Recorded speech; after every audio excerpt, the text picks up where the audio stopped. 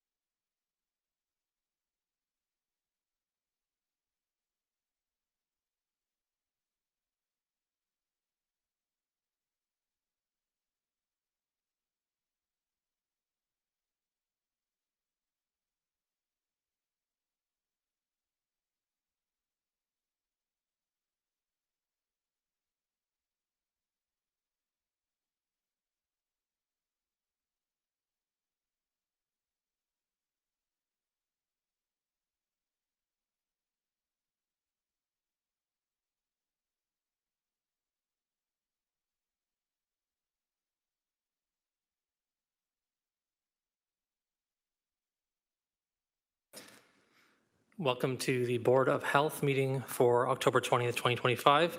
I'm your chair, Ward 2 City Councillor Cameron Kretsch, and joining me today for the meeting are members Sarah Jacob, member Councillor Kassar, member Councillor Huang, member Councillor Taddison, Vice Chair Dr. Emil Joseph, Vice Chair Chelsea Kirkby, and welcome to, no, not Vice Chair, Chelsea Kirkby. We only have one Vice Chair, everybody. Member Chelsea Kirkby, and welcome to member Ryan Jansen for his first meeting. And joining us online are member Councillor Alex Wilson and member Danko. Thanks for being here. We have quorum for today's meeting, so I'm going to call the meeting to order. First thing we'll do is approve our agenda. So I have a mover and a seconder to approve the agenda for today's meeting. And welcome to Dr. Johnson. Hello. Joining us also virtually, I see Councillor Kassar is moving the agenda. Need a seconder, seconded by member Kirkby. Are there any amendments from board members to today's agenda? Not seeing any amendments, so we're all going to vote in favor or opposed to those to the agenda by show of hands. All those in favor? By show of hands? That's everybody. It's carried. Now we're on to declarations of interest. So this is where you let us know if you have a conflict of interest and file the requisite paper, work with the Office of the City Clerk. Anyone have a conflict of interest for today's meeting? Not seeing anything, we'll move on to section 5, which are the approval of minutes of previous meetings. And just as a note, at our last meeting, we deferred the approval of one of our sets of minutes, if I recall correctly, to this meeting purposely, so this is just an opportunity to flag that for anybody who wanted to make a comment. Anyways, mover and seconder to adopt the minutes of the previous meetings. Moved by Vice Chair Joseph, seconded by Councillor Huang. Any discussion on either 5.1, which are the minutes for July 28th, or 5.2, which are the minutes for September 8th? Seeing none, all those in favor of adopting the minutes? That's everyone, and those minutes carry. Thank you. Now we're on to delegations. There are two sets of delegations for today. I want to flag that we don't see our delegate for the first delegation today, who was supposed to be in person in the chamber, so I'll just have a gander around, ask if Gloria Nastos is here. Or Gloria, if you are joining us virtually, because your plans have changed, but we're not seeing you online. So what we'll do is we'll go to the second delegation and then we'll return. And if Gloria is here, then we'll take Gloria's delegation at that time. So moving on from 6.1 to 6.2, Isabel Cavan, Ashley Nguyen, Julia Clark, and Michael Vasanji from the Master Political Advocacy Committee respecting opioid toxicity deaths in private dwellings. Come on up. And we have your presentation, I believe, so we'll load it for you. Just a couple of notes here. Before we begin our delegations, members here are reminded that we don't debate delegates, right? We're here to ask them questions. The procedure will go like this. If you have questions for delegates about anything they said, we can ask them when they're done delegating. If you want to make a comment about their delegation, or if you'd like to ask staff a question, when we go to receive the delegation, that'll be your opportunity to do so. So we'll do it at that time. Otherwise, really only supposed to be asking delegates questions. These folks have asked for additional time today. If I have my memory correct, I think you're asking for 15 minutes. So will somebody move and somebody second? They have 15 minutes for their presentation. Moved by Councillor Huang, seconded by Councillor Taddison. And this is I think it's a vote by hand.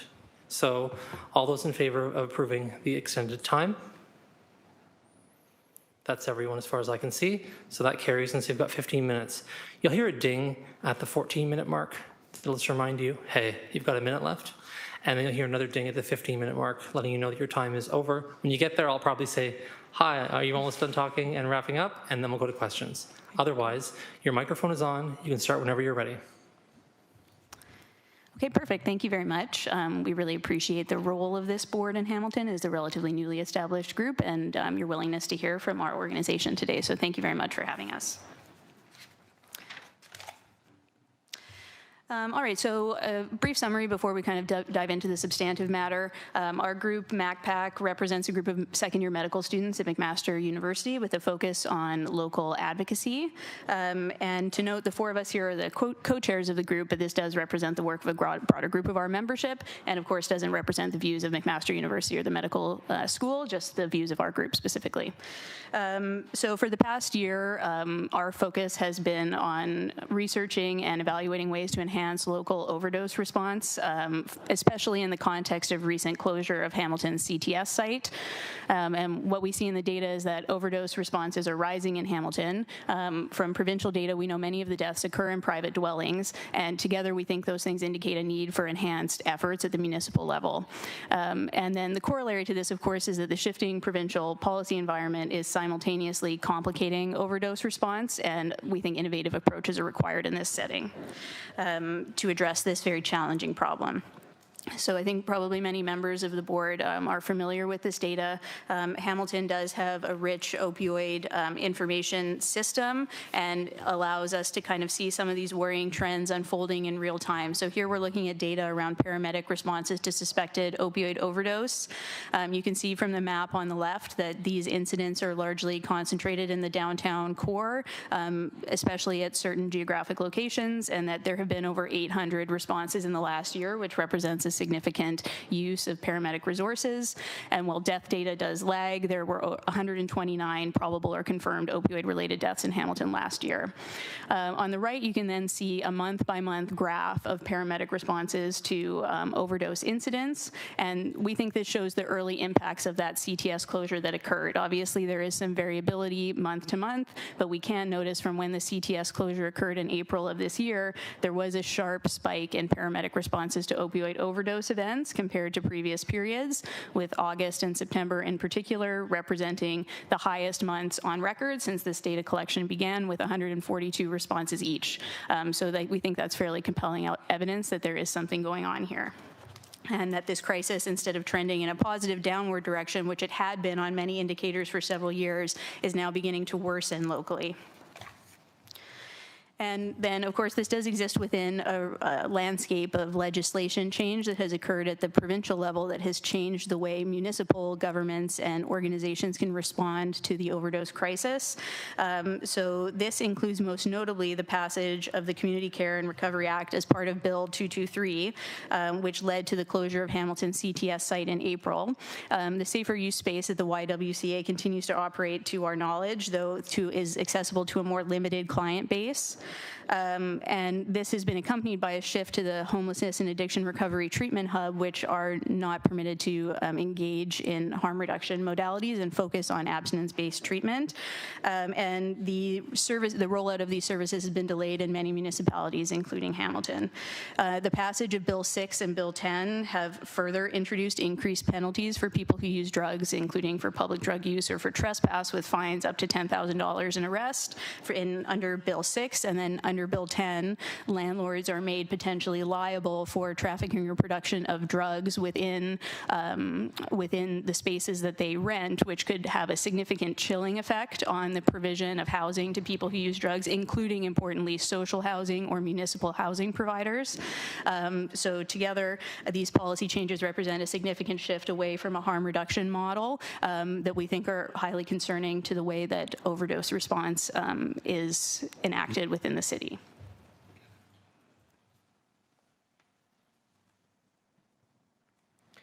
And these policy changes are further compounded existing challenges relating to effectively responding to overdose deaths, which often occur in settings where response is very limited.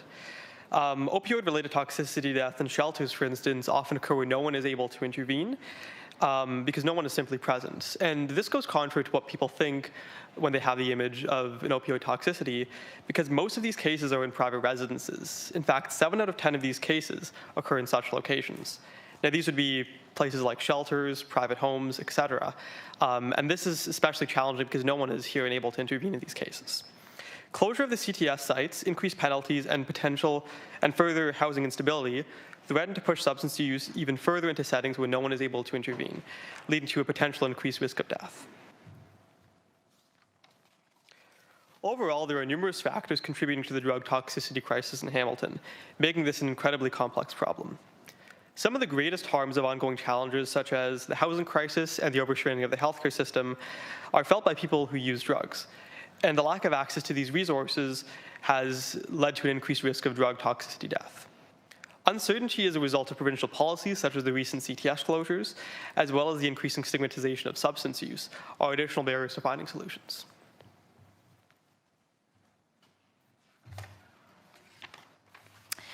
Through our research and consultation over the past year, we've been able to identify multiple innovative models for enhanced overdose response that could be applicable to the Hamilton setting. For example, a tenant-led response where peers in housing environments and settings are trained to respond to overdose responses, virtual overdose response services where EMS is sent out in potential cases with overdose, community-led response where groups are equipped with naloxone and first aid kits, enhanced shelter capabilities, including interventions with naloxone and oxygen, as well as mobile harm reduction units, which can enable naloxone distribution as well as linkage to care. Although the viability of some of these options have been compromised or potentially questioned due to recent legislation, these are all evidence-based models that could be explored further in the setting of Hamilton. Our group specifically looked further into a tenant-focused overdose response, given that it's able to help address the risk of overdoses in private dwellings. Evidence has shown that this model is effective at engaging socially isolated individuals who use drugs and also help to empower tenants in taking action. It is further facilitated by the fact that naloxone is readily available without a prescription. There are strong community partners as well as advocacy networks of people with lived experiences who can support, and there might be better trust between community members, which help make support more readily available.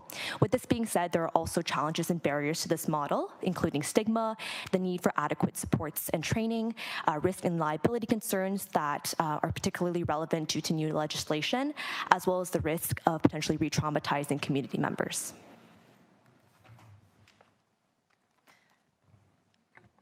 Although we've laid out how we foresee kind of potential concerns with Bill 10 impacting tenants, we did want to finish off the presentation with some different kind of avenues for tenant-led models and how they could be implemented. The first of which is a bottom-up approach, which relies a lot more on grassroots kind of tenant-led organizing. And this could look a lot of different ways, but one of the options is creating resource kits for tenants. So they're equipped with naloxone kits and educational materials for responding to overdoses in their buildings. Our group is currently in conversation with Hamilton Acorn and SOPIN about the feasibility of creating sort of an information pamphlet that could be distributed to tenants. And this approach really prioritizes community engagement, the self-determination of tenants, but also does require buy-in from tenants themselves. A top-down approach, as we've highlighted, may be harder to implement given the risk of liability for landlords and the housing vulnerability concerns of tenants who use drugs, but identifying potentially a pilot building where peer workers could act as champions and really focus in on resource distribution, as well as kind of supporting these peer networks to enhance overdose prevention. And this kind of pilot model could identify what we need to do in order to learn how to better scale up these programs. Although this is a less grassroots and more organizational avenue, there's still a need to engage with community stakeholders in order for this type of programming to respect the safety and privacy and dignity of tenants while also meeting their values and preferences. So we wanted to end with some tangible next steps that we would hope opens up a conversation for the Board of Health. As we talked about at the beginning, there's really strong opioid-related data collection in Hamilton, but really focusing on how we can enhance this data collection in light of these recent policy changes. And also, while the data coming from the provincial level is what outlines the private dwellings concern that we've highlighted today, really making sure we understand what this actually looks like in Hamilton, given the shifting policy landscape, and using this as kind of a foundation to potentially create resources and programmings to support tenants who use drugs. The second piece is to actually submit a written correspondence to the provincial government regarding the impact of recent policy closures, and as we have laid out, the kind of stark impact of the CTS closure and how we are concerned that Bill 6 and Bill 10 are going to further produce risk for folks who use drugs in the community, and really highlighting how these policy changes have led to dramatic changes for folks in the community who use drugs. And then the last option is, we've sort of laid out a few strategies for tenant-led response, but obviously this requires a lot more research and input for its feasibility in Hamilton, but to potentially explore different municipal options for implementing tenant-led overdose response strategies. Of course, working in conjunction with really key community organizations to make sure this is done in a way that best meets their needs.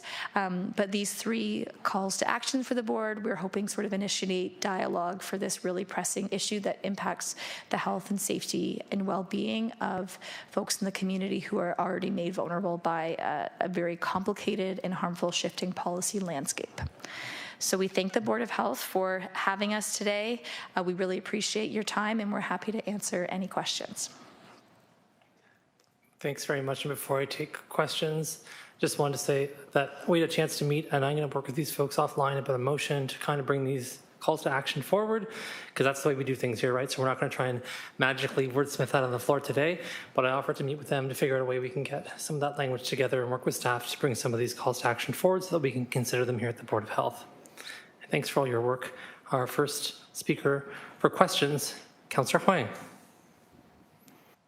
Thank you for your presentation. It was super informative. I wanted to go back to slide 7 where you actually outlined 5 different innovative models, and you chose to center on the tenant-led response. I wanted to understand that thinking. Why did you choose this one over the other 4?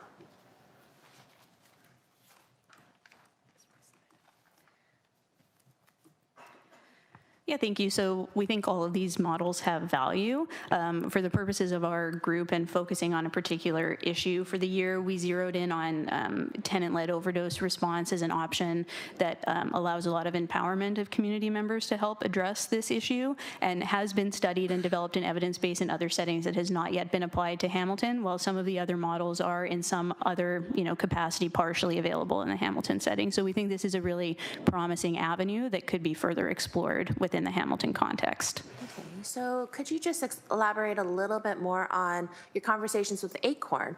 Because you did say that you had consulted with them. So what did they say about this particular approach?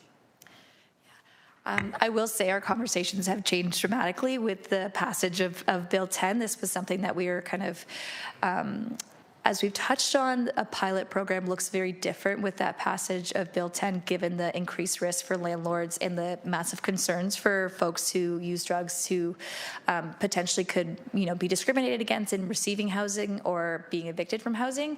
One of our conversations, the main conversation that we're having with Acorn, is kind of how we can support this avenue of overlap for folks who use drugs who are housed in sort of an educational capacity, given the fact that we don't have the resources as students to kind of implement a pilot program, but making sure that tenants are informed about recent policy changes and are informed about the resources. I will say this is a kind of ongoing conversation, and they have been very helpful with their time, but what that kind of looks like in resource development, we're still working on and piecing together, but really from a kind of empowerment and education point of view, and also just highlighting the kind of uncertainty around some of these policy changes. We don't yet have guidance for what Bill 10 looks like, and that's also an important piece for tenants to know and kind of keep their ears to the ground. And Acorn does really fantastic tenant organizing in the city and are a really great avenue to make sure tenants are aware of their rights, and we can make sure they are housed and safe in light of policy changes. Okay, thank you. My last question through you, Chair, is out of the 5, what was your number 2?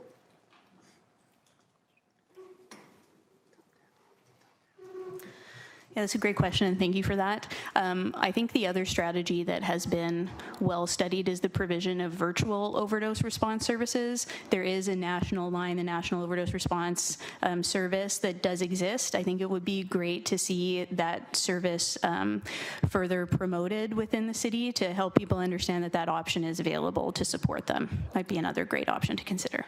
Okay. Thank you. Those are all my questions. Thank you very much. I don't see anybody else on the speakers list. Oh, okay, pardon me. Member Jansen. Trying to get my tech to work here. Quick question. You mentioned enhancing data collection to assess the impact of recent provincial policy.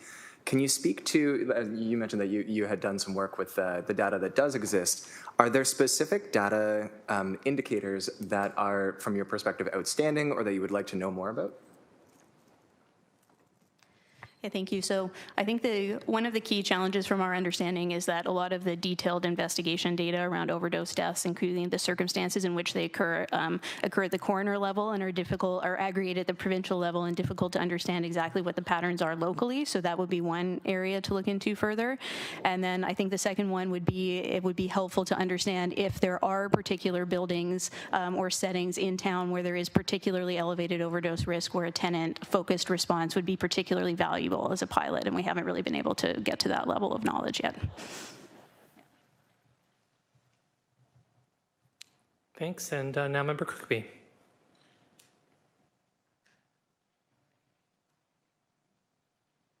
Thanks so much for the presentation. I just have a quick data question. I'm just wondering if you know, just trying to tease apart the response as to like when there's actually a death. So do you know through the paramedic data how many of the calls went to private residents versus a different location? I think that would be one of the questions we don't know the answer to. Yeah, just curious about like teasing it apart a bit to kind of tailor a response. Thanks. Thanks, and that's all for our speakers. Thank you so much for being here today to delegate. You folks can have a seat, and we'll receive your delegation. Thank you very much. Thank you for. And on that note, can I have a mover and seconder to receive this delegation? Moved by Councillor Huang, seconded by Member Kirkby. Any comments or questions for staff coming out of the delegation? I see Councillor Huang and Member Jansen. Councillor Huang. Thank you. Through you, Chair, just to staff, what are we doing with any of this stuff? Could you just give a quick overview as to some of the different programs that we might have that are currently?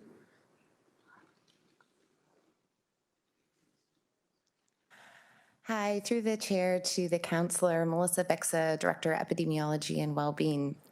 So great question, councillor. So from a breadth of programming, public health continues to contribute in a number of ways. First, through our mandates through the Ontario Public Health Standards, we coordinate with community partners around harm reduction supply distribution, naloxone provision. Locally here, we've supported a number of innovative programs to continue to ensure the distribution of naloxone and harm reduction supplies.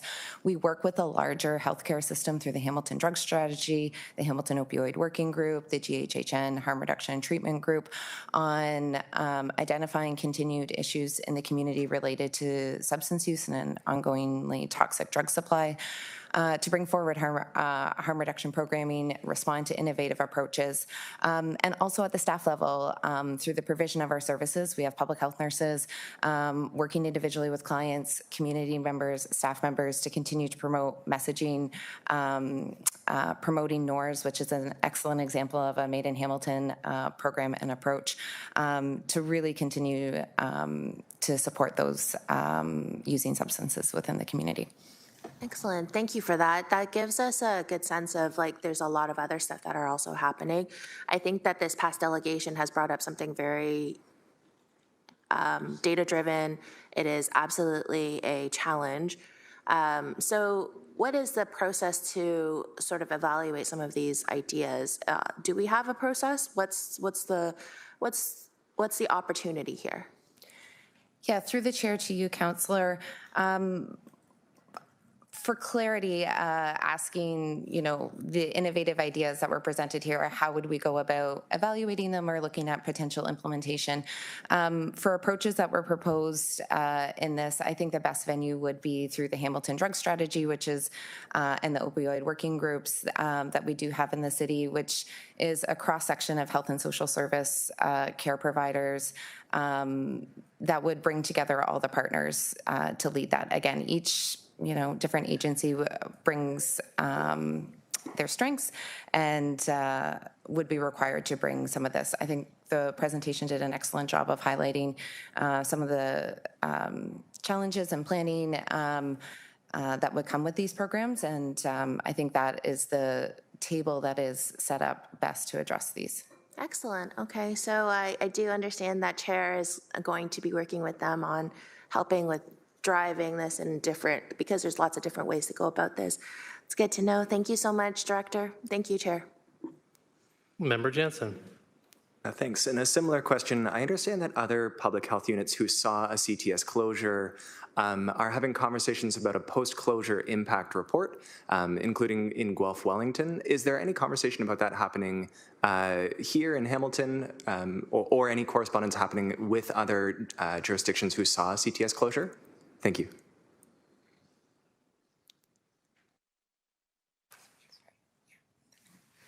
Through the chair. So we're just talking about, there's been ongoing monitoring that had been happening at the provincial level after the closure, and we had been part of that system in terms of providing information into it and whatnot. In terms of actually producing a report, I'm not aware of any particular health unit that is planning to do that. We'll actually be meeting with Central West on Friday. So now that this is on the agenda, the CTS closure has been on the agenda for both the GTHA MOHs as well as the Central West MOHs to talk further about. So we will talk further about it. But at this point, I'm not aware of anybody's bringing a report. However, we do all do the opioid response monitoring. And so we all have ongoing reporting that's going on in the community about the data and the current status with respect to paramedic data, as you saw, deaths, all of those sorts of things going on. So I'm not sure if they're referring to their ongoing regular reporting or whether this is a special report that they're doing. Helps. I was at a symposium at the location where the former CTS was in Ward 3 on Cannon Street East. At that symposium, the doctors who ran the site, well, I'm saying this wrong. They had medical professionals who there who reviewed the entire site, interviewed people who had participated, all kinds of stuff, and had a very comprehensive report. In fact, a written report also. So it might be worthwhile looking at that. When they had written that report, there wasn't yet news that the CTS was closing. So it wasn't necessarily written as a closure report, but it was talking about the impacts and frankly was a closure report, right? So talked about all the different things that had come out of that and what the benefits had been and why it was so successful. So maybe it's just worthwhile getting that copy of that report and putting it on maybe a future agenda. So I'm just looking over to staff saying it's available publicly. I have a copy somewhere as well. We could put that on the agenda for discussion if you want to see that, and that would maybe address the concerns that you have. And now we're moving on to Member Kirkby. Hi. I just have a question about data as well that we're collecting through Hamilton Public Health Services with regards to harm reduction supplies that are distributed or other data you might have, just around connecting with those who are in private residences. Do we have any breakdown at that level or not? Yeah, through the chair to the member, specific data on where it is going, no, we don't collect that granular level of data. It is metrics on supplies distributed, returned, but no, not where using. We don't collect that. Thanks. I'll pass the chair to Vice Chair Joseph, just so I can make a couple of comments about this. I wanted to just highlight a couple things here that I think are really important from this presentation. Number one, that there's a tenant-led focus. 80% of the people who live in Ward 2, where you see most of this activity, are tenants, and 55% of tenants, 55% of residents between Wards 1 and 5 are tenants. So I think it's really important that this is a tenant-focused and tenant-led initiative, because I think there aren't a lot of those. I think it's important for us to see more initiatives that are focused on the majority of residents living in the lower city. It makes sense. I also want to say that I really appreciate the data we're seeing here that shows once the CTS closed, the huge spike. I don't think we're making a dramatic enough testament about that, the huge spike we're seeing in the kinds of work people are having to do. And this couples also with the elimination of the encampment protocol in terms of this idea of pushing people from place to place. We all know when we look at UN data, when we look at other kinds of data from around the country that says when you displace people on a regular basis from the place they are, number one, it's very difficult to find them. So it's hard to find people to give them the care that they need. That makes them feel more precarious. That puts them in more precarious spaces. It leads to sometimes more drug use or more frequent drug use. As the situations they're in escalate and they feel like they're in a worse spot. And when people are being chased from place to place, of course, this also exacerbates their mental health. So these conditions are also why we're seeing an increase in calls to paramedics. And we also should know, I hope, and the province doesn't seem to care, but they should, that when we're not taking this on from an urgent health care perspective, we don't have somewhere downtown an urgent health care center to assist people. We don't have safe consumption sites or other kinds of sites for individuals. So what we rely on in this case is emergency care. And emergency care is extremely expensive. So all this is doing is costing us a ton of money. So when we see that spike there, it's not just about the impact of human beings, which we should care about deeply. It's also the economic and fiscal pressure that it puts on the city, because we're spending way more money to deliver emergency service than we could be doing to deliver proactive services and to services that people in the community need. So I really appreciate this research and you bringing this information forward, because it should be something we're talking about more, right? And the data should be front and center. And we right now are kind of caught between the coroner's office with information about deaths and reporting deaths and the province's data standards and the city's public health in terms of how we can do this. So that's why I've offered to meet with folks and try to figure out what can we do. There's already a group out there collecting death data and morbidity data, right? So how do we all work together to produce something that I think deserves our attention? Anyways, those are my comments. Thanks very much for your presentation.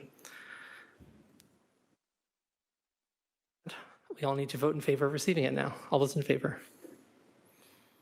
That's everyone. Thank you. And we'll now just call out to see if the delegate for 6.1 is here. I'll go to the legislative coordinator. Sorry, Councillor Nan has her hand raised. Oh, I'm so sorry. I didn't see that. Councillor Nan, did you want to say something about this? We can rewind. Nope, that was just a vote in favor of receiving. Thank you. Thank you so much. Okay, going to 6.1 again to see if Gloria Nassos is here, or if Gloria is joining us virtually. I'm looking around. I'm not seeing this individual, so we're going to move on now to item 7, which are items for information. I always like to flag this. These are items for information, which means we aren't making decisions about these. May I have a mover and seconder to put items 7.1 to 7.3 on the floor? And I see Councillor Chattison wanting to do so, and a seconder to put those items on the floor. Don't all raise your hand at once. Councillor Cassar. Thank you very much. And of course, these are correspondence from Niagara Peninsula Conservation Authority and so forth. You can see there on your agenda 7.1 to 7.3. Is there any discussion? I see Councillor Chattison. Expected from you, Councillor Chattison, so carry on. At this time, 7.1. I just wanted to highlight the NPCA watershed monitoring and talk about the surface water where they monitor across 84 stations during the ice-free season. They use chemical indicators such as chloride, nitrate, phosphorus, suspended solids, metals, E. coli, and they all base that on the Canadian Water Quality Index to make decisions about the quality of the water that is in the watershed. They also do benthic invertebrates as biological indicators of stream health. So basically, it shows that many watercourses in Niagara Peninsula watershed exhibit poor to impaired water quality, primarily due to pollutants from both non-point sources, blah, blah, blah, blah, blah. Anyways, they also do groundwater quality testing, which is NPCA collects groundwater in 46 wells, including 15 wells from provincial groundwater. They also do 31 NPCA operated wells. They also do terrestrial quality monitoring. That's basically where they assess ecological integrity across the watershed. They're looking at forests, wetlands, and birds. They're identified as key components for long-term monitoring. They also do hydrometric monitoring on surface water quality, and they coordinate that with climate conditions. The program includes 21 water level stations, 7 flow stations, 11 precipitation stations, 7 wind stations, and 7 snow monitoring sites where readings are taken every 5 to 15 minutes and so on. I just wanted to highlight that NPCA watershed monitoring is in good hands with the NPCA. Thank you. Thank you for your highlight, Councillor Chattison. Is there anybody else who wishes to speak on 7.1? Seeing no one, we'll go on to 7.2. Anybody wish to speak on 7.2? Councillor Chattison. Thanks. So this is a message to the Board of Directors at the NPCA, and it's basically on the beach water quality testing at the Bimbrook Conservation Area. And currently, Bimbrook Conservation Area is the only NPCA-owned swimming area where beach water testing is conducted externally by the Public Health Agency. The report notes that NPCA conservation area beach water testing follows our Ministry of Health and Long-Term Care operational approaches for recreational water guidelines and has established standard operating procedures for blue-green algae to guide decision-making related to beach closures and reopening when algae presence is detected. The report says basically the NPCA currently manages its own beaches and beach water testing program at Long Beach and Chippewa Creek conservation areas, and the inclusion of the Bimbrook Conservation Area would be expected to incur minimal costs. The objective also aligns with the strategic goal of the NPCA to lead water quality and quality monitoring throughout the NPCA jurisdiction. And with the water monitoring expertise exhibited in 7.1 and our city's stated goals to find efficiencies, I think it makes perfect sense for HPHS, that's our Hamilton Health Public Service, our Hamilton Public Health Services, to collaborate with the NPCA to allow them to take on a greater role in monitoring of beach water at the Bimbrook Conservation Area. Thank you. Thank you, Councillor Taddison. Does anybody else wish to speak to item 7.2? I don't see anyone. So we're on to 7.3, and first up on that we have Councillor Huang, followed by Councillor Nan. Thank you for this update. I know that we are still talking about black soot. So just a couple of questions. In the report, we talk about Pito McCallum doing the third-party vendor that's doing the technical ability and the capacity on the environmental sampling. Perhaps we can just get an update on how that's coming along, because I think the last time we got that update, it was just very new and you had only had that first conversation. So just wondered what's the status on that currently? Through the chair, thank you very much, Councillor Wang. I'll refer this question to my colleague Matt Lawson, the manager of health hazards and vector-borne diseases. Quick preface, yes, we had some challenges in terms of identifying a certified professional consultant to take on the technical aspect of this board-directed project. We are very encouraged that we now have Pito McCallum. The report before you also delineates between the technical aspect of this work that the consultant will take on in concert with data that's being provided by the Ministry of the Environment, Conservation and Parks, and our office as well in terms of the community engagement component of this. So you will see a further report coming forward to the board for consideration once Pito McCallum has provided us with that proposed outline, and there'll be options in that.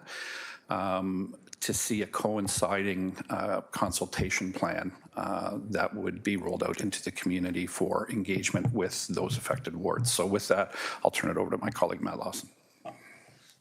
Thank you, Kevin. Good morning. Through the chair, Matt Lawson, manager of the Health Hazards Vector-Borne Diseases Program. Councillor Huang's question related to where Pito McCallum is at. So Pito McCallum has been provided all of the information that the Ministry of Environment, Conservation and Parks has attained through their sampling of site locations, approximately over 60 locations that have been sampled. They've been given maps to show the geolocated sites for those samples. So they're looking at what's been done by the MECP, and they are working currently on preparing some drafted options, as Kevin had alluded to, that will be reported back to this body. Okay, thank you. My second question is, I see through the report that you've already had some conversation with our community engagement team. Perhaps you can give us an update on what are your first initial thoughts? Because I understand based on the sequencing in this report, we have to wait for the Pito McCallum sort of sampling information, the technical information, and that will drive the community engagement. Did I get that right? Through the chair to Councillor Huang, yes, Councillor, the process stepwise has been to come back and not provide any financial surprises, so that whatever is being the work plan and the environmental sampling proposals that are being options that are being drafted by Pito McCallum will be available for this board's review and approval before any further action is taken to engage the community. Okay, so my last question, because I know that Councillor Nan likely has a lot of different questions as well. What is the estimated time frame for when we would expect something back from Peter MacCallum? Through the chair, as per information in the report, Councillor Huang, to your question, likely hopefully by the end of Q4 2025 or possibly into Q1 2026. Third paragraph down on page 3. I missed that. Okay, thank you. Thank you. Those are all my questions. Thanks very much, Councillor Huang. Councillor Nan. Thank you, through you, Chair. Thank you to staff for this update report. Just picking up where Councillor Huang left off, the report indicated and staff just indicated that community initiative staff at the city aren't able to take on the work of the engagement activity for the project, but that the report indicates very clearly they're able to work with public health services to shape some of the work plan. Can you give us a little bit of insight into that in terms of what can we anticipate? And I recognize that this is work yet to be completed, but what can we anticipate will make up the work plan in terms of broad stroke categories? Through the chair to Councillor Nan, in terms of the engagement side, if I can get, is that correct? The engagement part of it? Yep, is that what that's you're what asking? I'm drilling in on. Yep. With respect to that, we did meet with our team in the Health Hazards Vector-Borne Disease Program, did meet with Jocelyn Strutt and some of her staff related to community engagement options. Definitely, they said that, yes, we can support this. We can't directly do the engagement for you, and we would find those resources within our team or public health services.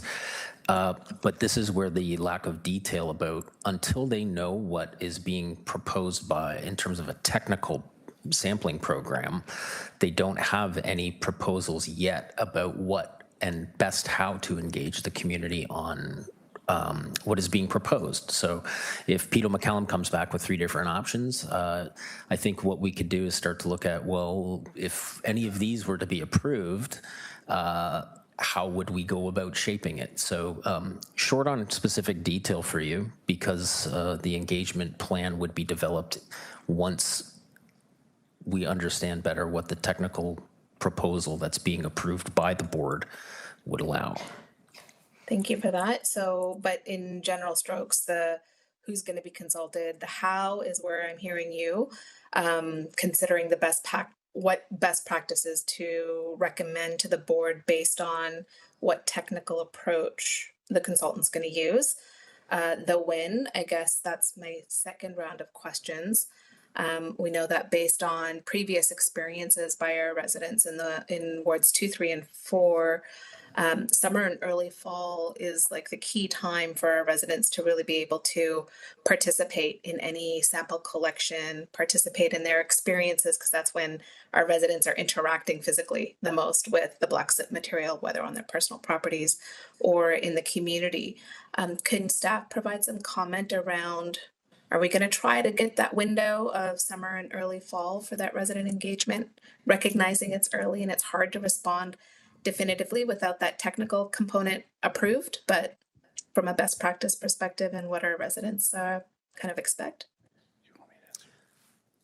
Through the chair to Councillor Nan, I believe, Councillor, we're happy to accommodate any type of interest from residents. I think that this program, when we're ready to start to formulate the engagement plan, is happy to connect with your office, with Councillor Kretsch, with wards 2, 3, and 4 offices about specifically what concerns you have for the residents that you've been engaging with and how they would like to be engaged. So we're happy to take any kind of notes about that.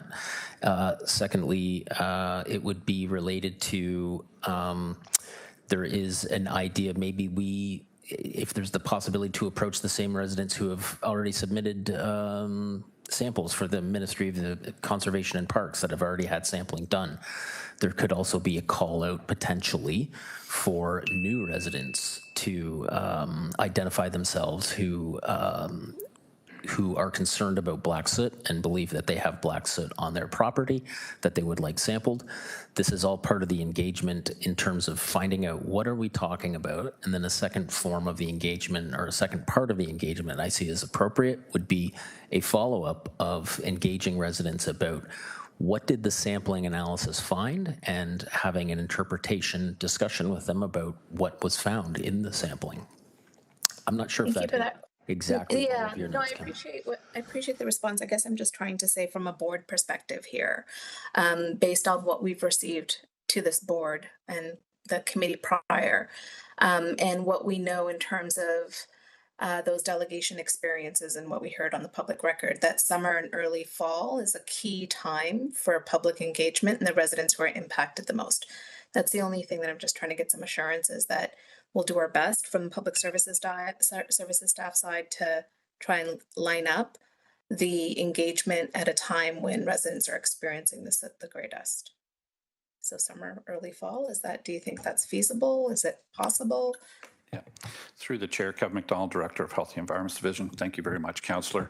Yes, our sort of preliminary conversations in the office regarding executing this project really centered on the seasonality of some of this, and a recognition that winter and early spring are not optimal.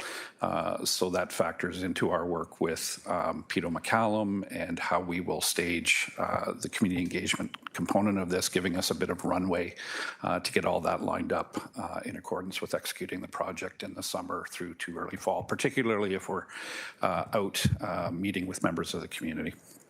Thank you, I appreciate that. And then last question would be in terms of that community engagement work. So if our city community engagement staff team doesn't have the resources, and my understanding public health services staff don't have the resources to do community engagement work in that in a robust manner, because it might mean taking other work off of already approved work plans. Is it feasible that this work would be contracted out to a separate agency in terms of community engagement specialists the city has worked with in the past, or that public health has worked with in the past? And that's my last question. Thank you, Chair. Through the chair, thank you again for the follow-up question, Councillor. At this time, no, we're not looking at contracting out to a third party. We're looking at our own operations and our own staff capacity to support this work. Should that ultimately be prohibitive, we'll be back here highlighting that for you. But at this point in time, in consultation with our colleagues corporately, we feel fairly confident that our office can carry this work. Thank you, Councillor Nayan. On to Vice Chair Joseph, and then I will have some comments myself afterwards. Go ahead.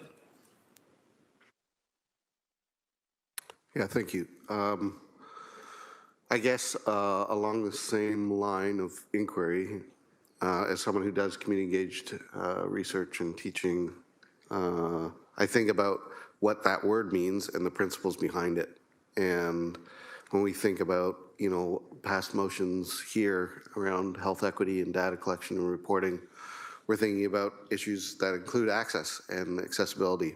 And very often in community engaged work, these things wouldn't happen in an order where they're separated by a consultant's expert driver.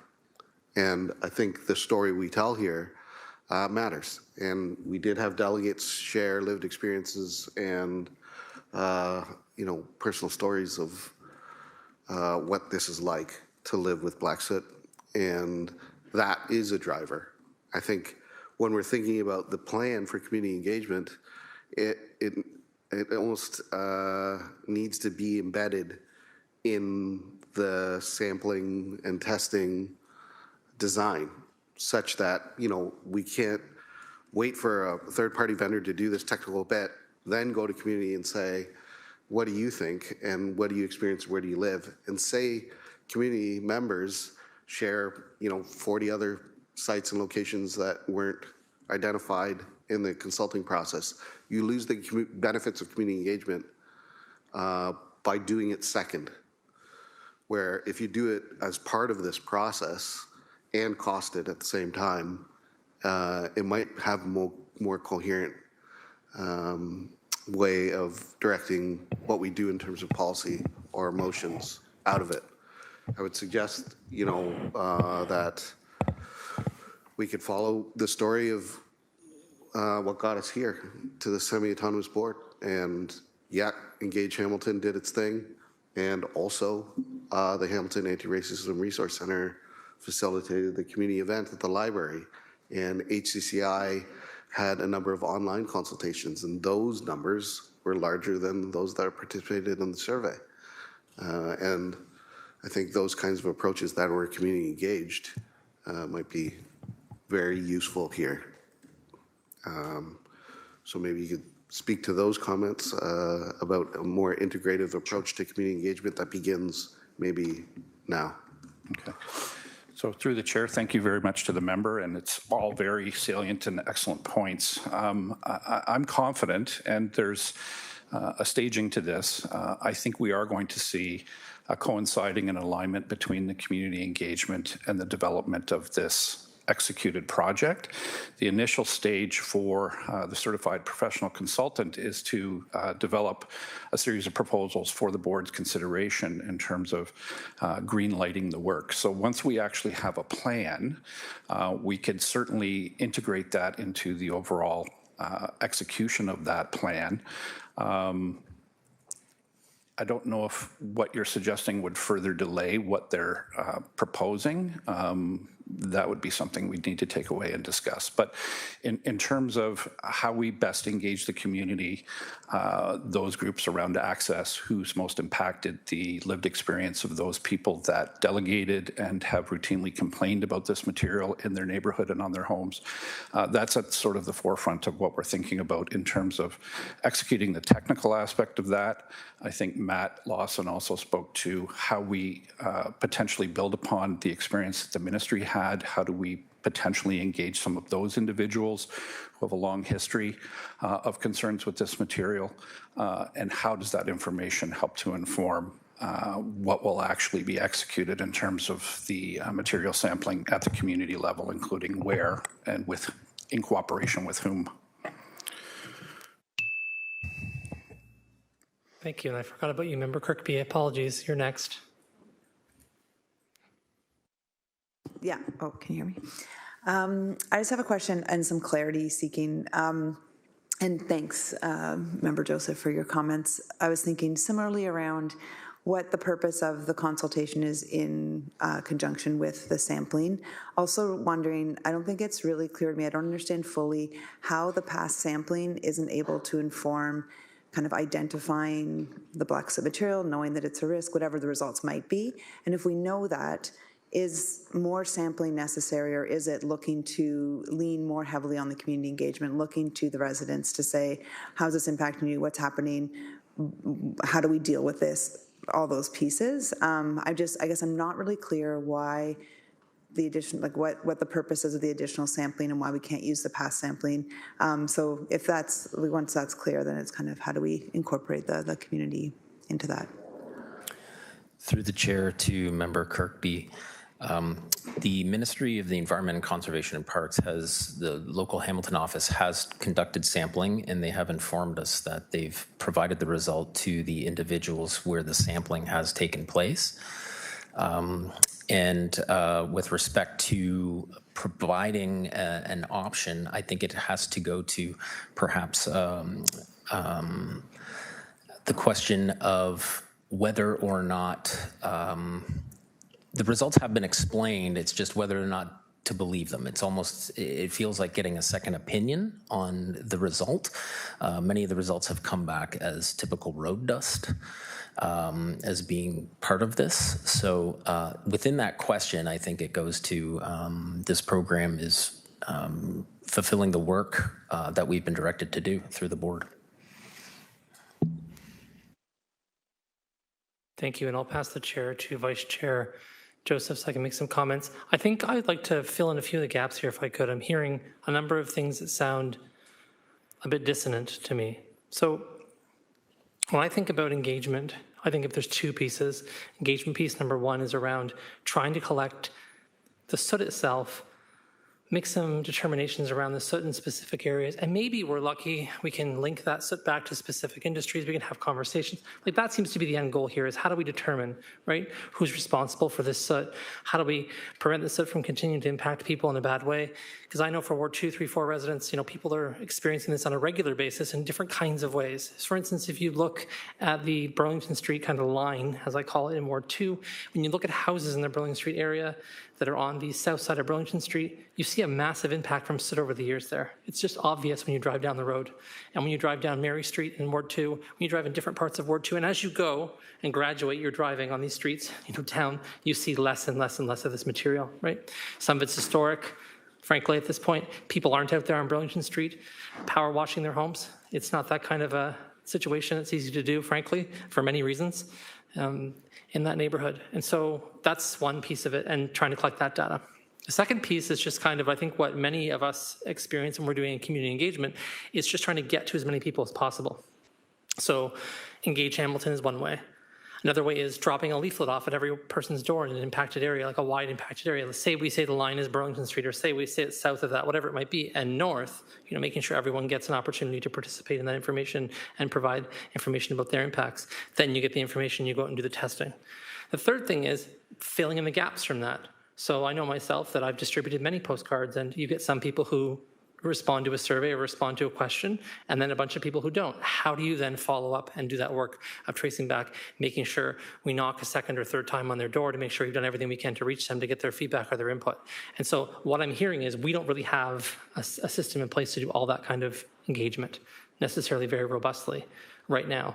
Would it be helpful for us to maybe as Wards 2, 3, 4 councillors to try and see if there's more budget we can allocate to providing additional resources to make sure this engagement is robust? This has been decades in the making, and we want to get it right. That's really what I'm hearing from residents, is that this has been something that's really been hard for them, and it's been hard to qualify, quantify, express, understand, and track. And so I don't want us to take this opportunity to do this and then find out later, oh, if we'd spend an extra X number of dollars in terms of engagement that we may have access to in our budgets, then that would have allowed us to go that next step and do this the right way. So I think that's important. And as Councillor Nin and Councillor Huang have said, hitting that summer-fall targeting is also really important, right? So how do we coordinate this so that we get the best bang, I guess, out of this work? Yeah.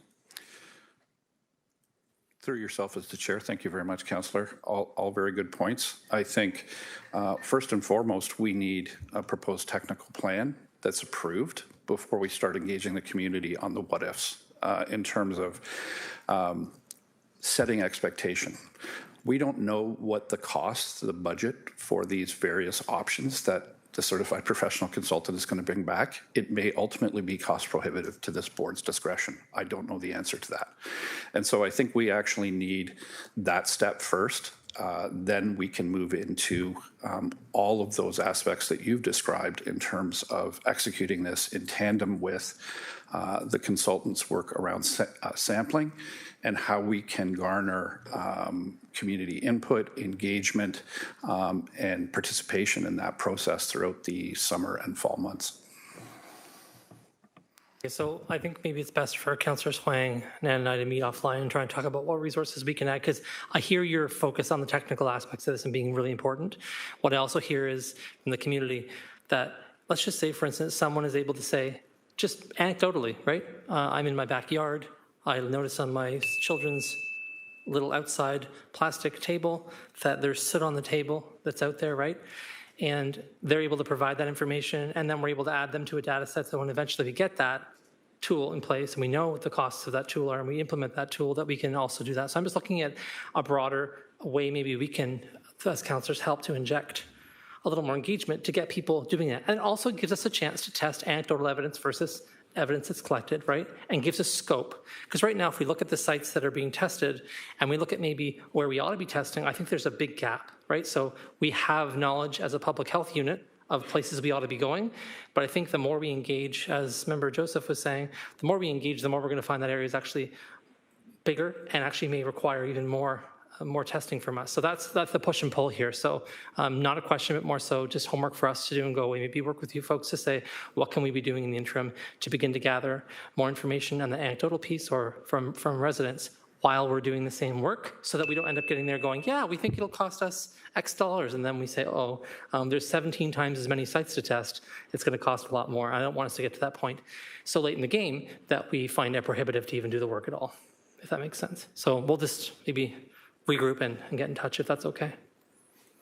Thanks. On that, I don't see further speakers on the list. So I'll scroll up to find out what the activity is. Anybody else on 7.3? Nope. Okay, all those in favor of receiving this correspondence 7.1 to 7.3? Show of hands. That is everyone. It is so received. We're now on to section 7.4, which is the Public Health Services 2026 preliminary budget. And just so you know, this is not the decision point today. This is a draft budget for our consideration and a chance to ask Dr. Richardson as many questions as we can, and then we'll be approving this in the future. The presentation will be shared by Dr. Richardson, so whenever she's ready, I know that we're loading it at this time. I know that's not meant as a maximum or minimum comment about how many questions to ask. I'm just saying that that's the purpose of this activity. Thanks very much, Chair Crutch, and I'm glad I have this this great team along here at the bench to answer those questions along with myself. So I'm happy to do so. And just before we start, I do want to say many, many thanks to the managers, our finance colleagues, and the people along the bench here, our directors and associates, who have been working to put together the budget. As you may know, it's still a bit of a challenging time for us in terms of working through with the systems that we have. And so what you've got before you today is our preliminary budget. And there are, as I'll talk about a little bit later on, as is in the report, there are still some elements that are coming together that we need to probably end up putting in estimates on because we may not get them in time for the board to approve the budget before it goes into the city process. And there is, of course, also, because we're funded by so many funding partners, there are also changes that come through at times from them as well. So we'll continue to incorporate those into what you see with the final recommended budget as we move forward. But it's been a lot of work, and as you know, as they rebuild our financial systems and whatnot, they have a lot of other work our finance colleagues do. And so we really appreciate the time and effort that's gone into putting this together from our staff. So at last month's, and Sal and I are trying something a little bit different today. We are trying using the clicky from up here, so we're going to see how it works. But let's see, Sal. Oh, maybe it's not going to work. Okay. So at last month's meeting, we went through a budget orientation and shared the 2026 budget outlook. We talked about the importance of the cooperative relationship between the board and council. And we talked about, and that's through the decision-making process. We talked about our public health services funding infrastructure, which was the term we used to talk about all these different pots of money and the different funding sources that we have. We talked about the planning principles that guide our budget development and gave a high-level outlook with key cost drivers and context.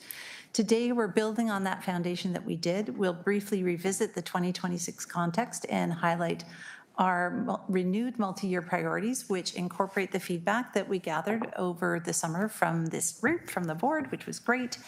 And then we'll look actually at the numbers as we move forward. And of course, reminding everybody that the final approval is not expected today. It is expected at now a December meeting is what we're projecting. So we went through this slide in terms of the context in detail last month and talked about the pressures that are out there and how they underscore the need for a disciplined approach, looking at focusing our existing resources on sustaining core services and addressing our highest impact priorities. So none of this has really changed since that presentation, so I won't go through it in further detail. I do want to talk more, though, about the priorities. Hit it twice now. There we go. And so we do use these multi-year priorities to guide our resource allocation to the most urgent and high-impact population health needs in our community. These, of course, as we've talked about many times, address complex, long-standing issues that require coordination across multiple sectors. We do review them annually to ensure that any updated data that is available, that any emerging needs that come forward, any shifting, community expectations or expectations from our funders as well are incorporated into the priorities. And then as part of the budget process this year, we also went out and asked members for input into the priorities to make sure that they were relevant, that they were strategic, and that they were responsive to community needs. From those conversations, 5 key themes emerged. The first was that essentially all 4 priorities that we had were, still relevant. They had good face validity. They seemed appropriate. There was a desire, though, to increase equity across all of the priorities, rather than making it as a single priority on its own, but to really look at it as how it would contribute across all of the priorities.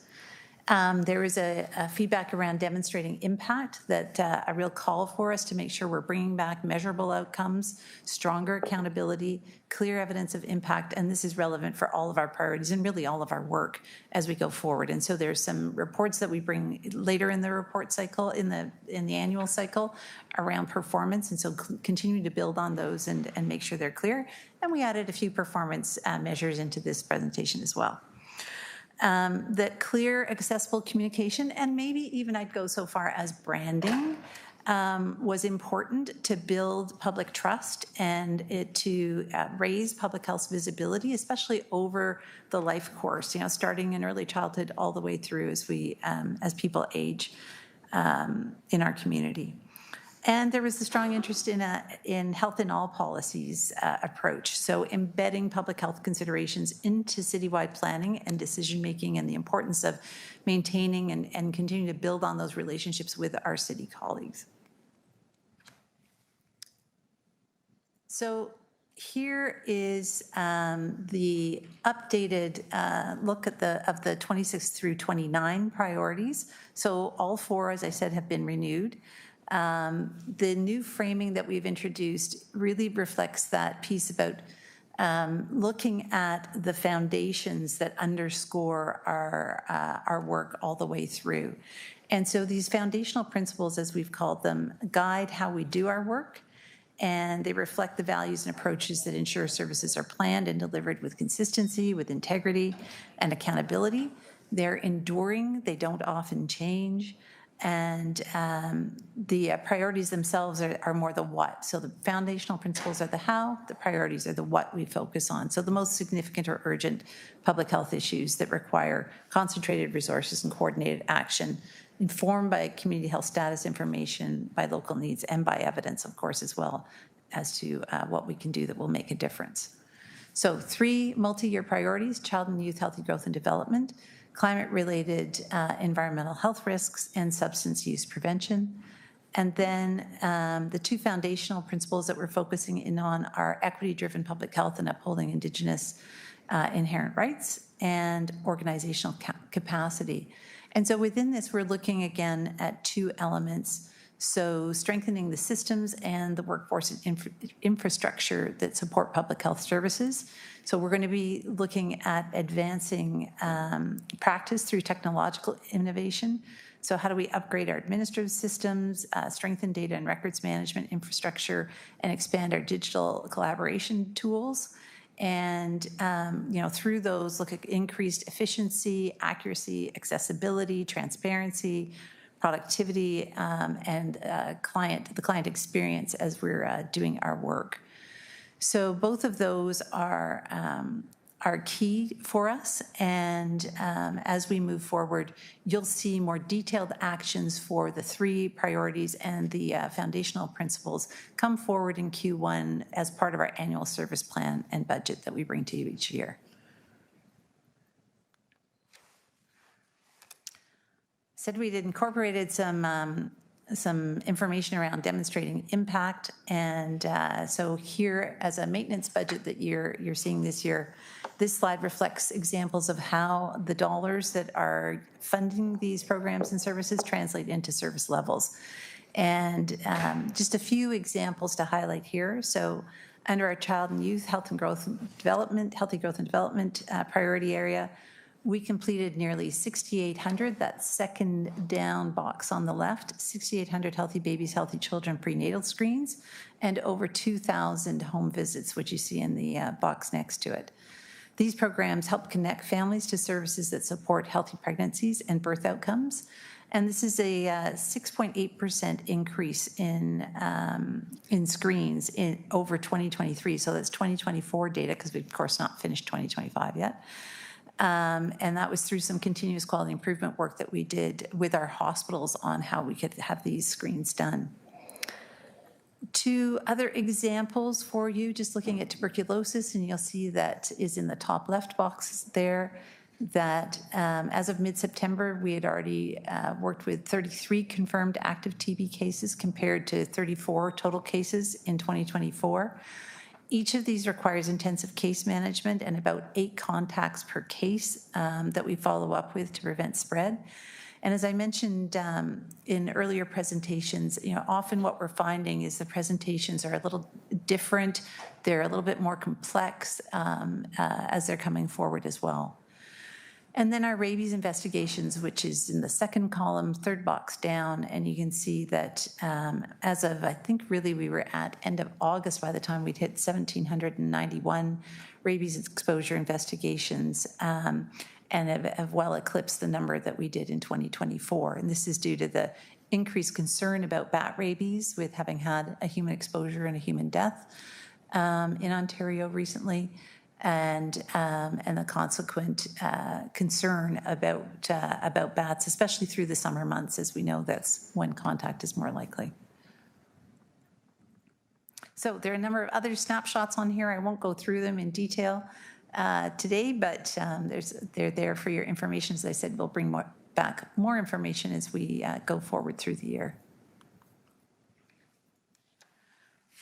And last piece of context before I get into the numbers, this was another question we had, which was just around what proportion of the city budget does public health services make up? And you can see we're a small component of what we do and of what the city funds through the levy. So this is levy funding in particular. And this, is, of course, is from last year's 2025 funding. Okay, one of the things that you have is an Appendix A to your report today. And so essentially this is our budget book. The city puts together the full budget book. We put together a small budget book with added detail because that won't necessarily be there in the full budget book that you see in December. And so this is a summary of what is there. What I'm going to present now is highlights from that book. I'm not going through all of the slides that are there, but just there is additional information there and we'd be happy to speak to it. We traditionally start with an organizational chart, and so you can see that this is here for you today with our 4 divisions, 4 directors in their positions. We have 2 FTEs of Associate Medical Officers of Health here that are here in a half-time financial manager. David Trevisani, who is here sitting just behind me, and it's great to have him, and Miriam, who's our business, what does BA stand for? Business administrator. We always just call her the BA. But they are absolutely key and have worked very hard to help us put this information together. So our organizational structure and the FTEs has not changed. We have maintained at just under 406 FTEs for this year.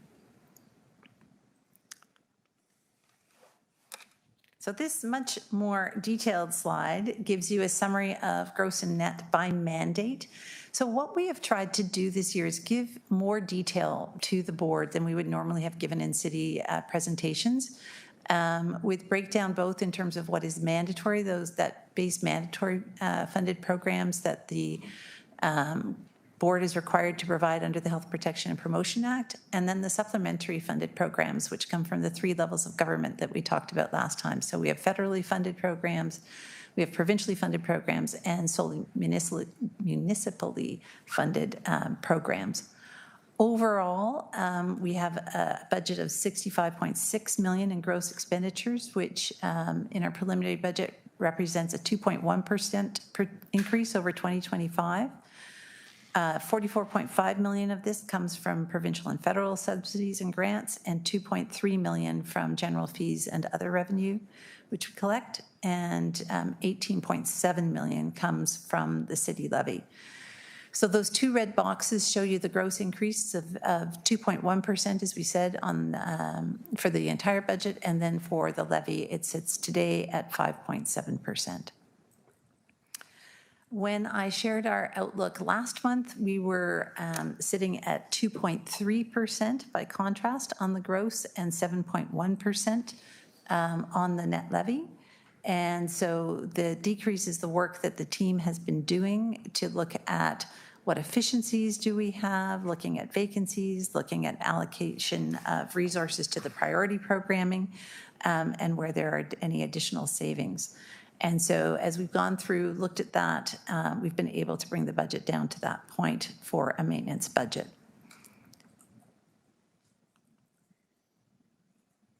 The next slide here is the gross and net by division. So we're just taking the budget and slicing it different ways for you to look at. And so as you look at this slide here, you can see that overall, and you've got my area of the budget, and mine includes a number of things like rent for our buildings. It includes a number of organization-wide costs as well. The subsidy shows up there, and so it's broken down in more detail in the budget book so that you can see it a little bit further. There is then the budget for communicable disease control, epidemiology and wellness, healthy environments and healthy families, and you can see some differential impacts which relate to the type of programming they're doing, and in some cases to the changing environments for that we're finding from the province in terms of their policies and their expectations of us. Overall, for the budget, our budget drivers are largely due to employee-related costs. And so, as you'll see in a later slide, and you'll see in the budget book, 80% of the costs within public health services are employee-related because it is people going out and delivering service directly to people, whether that's a dental hygienist in our clinic or a public health nurse who is out doing their work, or an inspector who is out doing their work. So those are the largest cost drivers for us. You'll see here we have a couple of things that were approved in last year's budget but had not come all the way through, and so we're calling those prior year corrections, for lack of a better term. We tried to come up with something descriptive. And so about $215,000 in impact of bringing in things that have been decided in the prior year. Cost allocations having about a $95,000 impact, $40,000 from materials and supplies, and then rent, fuel, and energy. Quite frankly, not a bad $24,000 impact for our office spaces and whatnot. And then reductions due to contractual services. So some of this is actually additional funding that we've received through contracts with the federal government. $37,000 in reserves and recoveries, and a further $21,000 savings in our operational expenses. As I said, we'd have some charts for you, some graphics. So breakdown of our gross expenses, again, with 80% of our funding going to employee-related costs, and then smaller amounts, as you can see, either going through contracts with others. So you think of our family home visitors contract, for example, that we have, and similar other contracts, and then buildings and grounds being another significant cost for us, and materials and supplies, just a small 3% of what we do. I would note just here, it's reminded me that one of the things in that budget book is the cost allocation breakdown. And so at an earlier meeting that we'd been asked, as you were considering the service level agreement with the city, that there be some further information on how those broke down into those different funding streams, or the different areas of work, I should say. And so that detail is there for you in the budget book. We thought, rather than, I know initially we talked about doing a memo or a communication update, but thought this was probably a good way to put it all together in one place. Breakdown of revenue. So provincial subsidy is for, of course, our cost-shared mandatory programs, and for the provincially funded programs, they are our biggest funder at 66% on the gross for the entire budget. And then property taxes from the city levy are at about 29% overall, with small amounts then coming through fees and through federal grants. We do have a capital budget piece that is going in through the block funding for Healthy and Safe Communities. And so Grace Mader, the General Manager for Healthy and Safe Communities, has included this within their block funding. And so it is not coming out separately in the capital budget, but this is for the purchase of a new air pointer unit. We've had ones in the past. We have two. And one of them is now at end of life, and if we want to continue with it, needs to be replaced, and so that is the cost for a replacement air pointer unit. We've got the 26 through 29 multi-year budget laid out here at the breakdown of the at the divisions, and you'll see modest increases that happen year over year.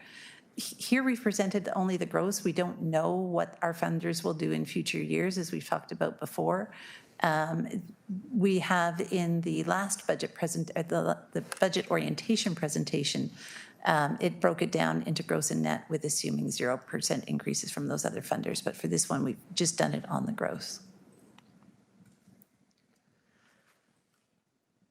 All right, so that brings me to the end of our presentation. I had written in here upcoming meeting because we were still trying to sort out when was the best time to come back with you with the actual budget recommendations. We're now saying to bring that back to the December 1st meeting would make the most sense to make sure we've got in as much information as we can. The city has asked us to provide some draft estimates into the budget process so they can prepare the budget book, which we would provide them with the estimates you see today. Or any further refinements we can get before them. And then I did want to just talk about as well a little bit about this board's role in terms of where we go next as well. And so, of course, we would also incorporate into that those December 1st recommendations, any questions or issues that are raised here today, and bring back any further analyses that you would want us to look at as you consider the budget. If you were to desire to reduce the impact further for the budget, we need some direction around where you'd like us to focus. There have been lots of things that we have looked at and we've been able to do and incorporate into here. However, we need some direction on where you might like us to go if there's something further. So, as an example, the next report that you have on your agenda is the user fee report. And so while we've made recommendations today, that user fee report is based on the 3.6% increase that the city is using across the board for user fees, because that represents essentially the increase in staffing costs that we're finding for 2026. If you wanted to look at further cost recovery of those fees, we could bring back an analysis that shows you what those impacts would be to raise them. Some of them are already fully cost recovered. Some of them are not. Some of them are quite low. Council had chosen in the past to keep some of those much lower. So we could bring back an analysis showing you what different levels of cost recovery might do and what that might look like over time, for example. You could also ask us to look at those provincially funded programs where we have some significant impacts from what were at one time wholly provincially funded programs, but the municipality, because they align with the municipality's vision, best place to raise a child, in particular, that component of it, as well as the urgent issues from a mental health and addictions perspective that the community faces. And so council has over time asked us to continue to fund those from the city levy, and so those levy impacts, of course, would grow over time as we move forward. And so you could ask us to look at those and look at what that might do to services if those were decided to be cut back further. Or you could ask us to look at things more broadly. And so we thought certainly doing that for November 10th was pretty much an impossibility. And so we would be happy to do that and bring back anything further for you for the December meeting. And then, of course, Once the budget is approved by the board, the board goes into that local board process for the municipality and is presented, we think it's January 27th at this point. That's what we've been told. And we'll be presenting along with others like Hamilton Police Services and the Hamilton Public Library. Of course, the budget also gets submitted in draft and then gets submitted finally. But during that presentation, generally what happens is the chair would speak to the overall approval and recommendations of the board, and then I would go through the more detailed budget details for council to see. And then council would need to consider and approve the final 2026 levy, communicate that back to us, and then we get to take that out to all the other funders that fund us as well, because they do their work on a different time scale. So that's the end of the presentation for today. Happy to take several, many, a few, however many questions you have in mind. And as I said, my colleagues and I are happy to work those through. Thanks. And before we get to questions, just a couple housekeeping items about this. And Dr. Richardson was kind enough to walk through a couple, so I don't have to do that. Thank you very much. But three things, if you could put the presentation back up again, if you don't mind. Just want to look at a couple slides because we're all doing this for the first time, and because not all of you are members of council, there's probably some things you aren't maybe aware of, and I want to make sure you are. First thing I'll say is when we're referring to the budget book, that's not going to come here in a physical copy for anybody. We're referring to the appendix and Appendix A here, but typically in the time of yesteryear, and still in the current time to be fair, there's a large printout of the entire budget that gets circulated to councillors, and that's what we're referring to when we're talking about the budget book, but we don't get that here because we're only a sliver. If we go to slide 7 really quickly, I just want to make a point there because it's not really clear when we look at these things always what they mean. But one moment. In the meantime, I'll talk about block funding. So on slide 15, we'll stop there. And block funding, just so you know what that is, it's a certain amount of funding given through the levy to every department. And departments are at the, divisions get them too, but departments are at the top of the organization, like public works or planning or other kinds of things, and divisions inside, and they get a block of funding that increases with the tax increase every year to use for things within the department, right? So just in case you're not familiar with that term of block funding, when Dr. Richardson was talking about there's some money coming from Grace Mater and from the larger department they're under that is paying for certain things, that's how that works. Everyone in every department division gets block funding. This I want to just briefly explain because it's counterintuitive when you look at it immediately. The first counterintuitive thing is that the average property tax, sorry, the average home cost is $386,600. That's not true. That is the average assessment, right? So that's what this is based on, and that's set by MCAP, and I just want to make sure that people understand that that's not actually the average price of a home in Hamilton, but it's also this is from 2016 data that we're still working with because the province has not updated the assessment roll data since 2016. So that's why it's so low. And I also wanted to point out that $70 at the top there that's highlighted in red is out of 5,361, which makes up about 1.3% of the city's entire budget. So we're talking about here about 1.3% of the city's entire budget based on that graph there. There are other ways to calculate these kinds of things, but I wanted to say based on that, if you do the math, that's what you come up with approximately. We haven't got a directive yet from the mayor to boards and agencies, as far as I understand it. We're currently working right now with the mayoral directive that's been sent out to all city staff, but because we're the Board of Health, and because this is the first time we're doing it, there's a difference for us. We're doing this differently. So we are treated more like an outside agency who's coming in, even though council approves our budget, to make a recommendation. I'm just suggesting to you that it might get a little awkward from time to time as we go through the process because that may change. We may find out we get direction from city council about how we're supposed to do this. Or you might get, the law's not very clear on how this works like it is with the police board. So I'm just flagging that for everybody so you know. Otherwise, happy to turn to questions. Oh, one more thing. Just to provide a heads up, I'm going to be referring the user fees report when we get there. So, if we have questions and things we want to include in a referral back to staff so they can report on more clarity, I'm going to introduce that later, just so you know. Turning to the speakers list, Councillor Huang and then Councillor Tattison. Get clarification on what you just said. So you're going to do a referral? For the user fees report for the coming user next, fees. yeah. Okay. Just giving you a heads up. Oh, okay, thank you. Thank you for the presentation. It is a highly efficient budget, and that's how I'm going to start with. It's a highly efficient budget. I do want to speak to slide 14, which is the breakdown of gross revenues, where we see on slide 14 that 66% is from provincial subsidies. My challenge with this, Dr. Richardson, is that that provincial subsidy used to be a lot bigger, used to be 75%. And because of that being bigger than the property taxes portion, the municipal portion was a lot smaller. And as we are continuing year over year over year, that property subsidy, the provincial subsidy, is getting smaller, and then the city of Hamilton's property is getting bigger.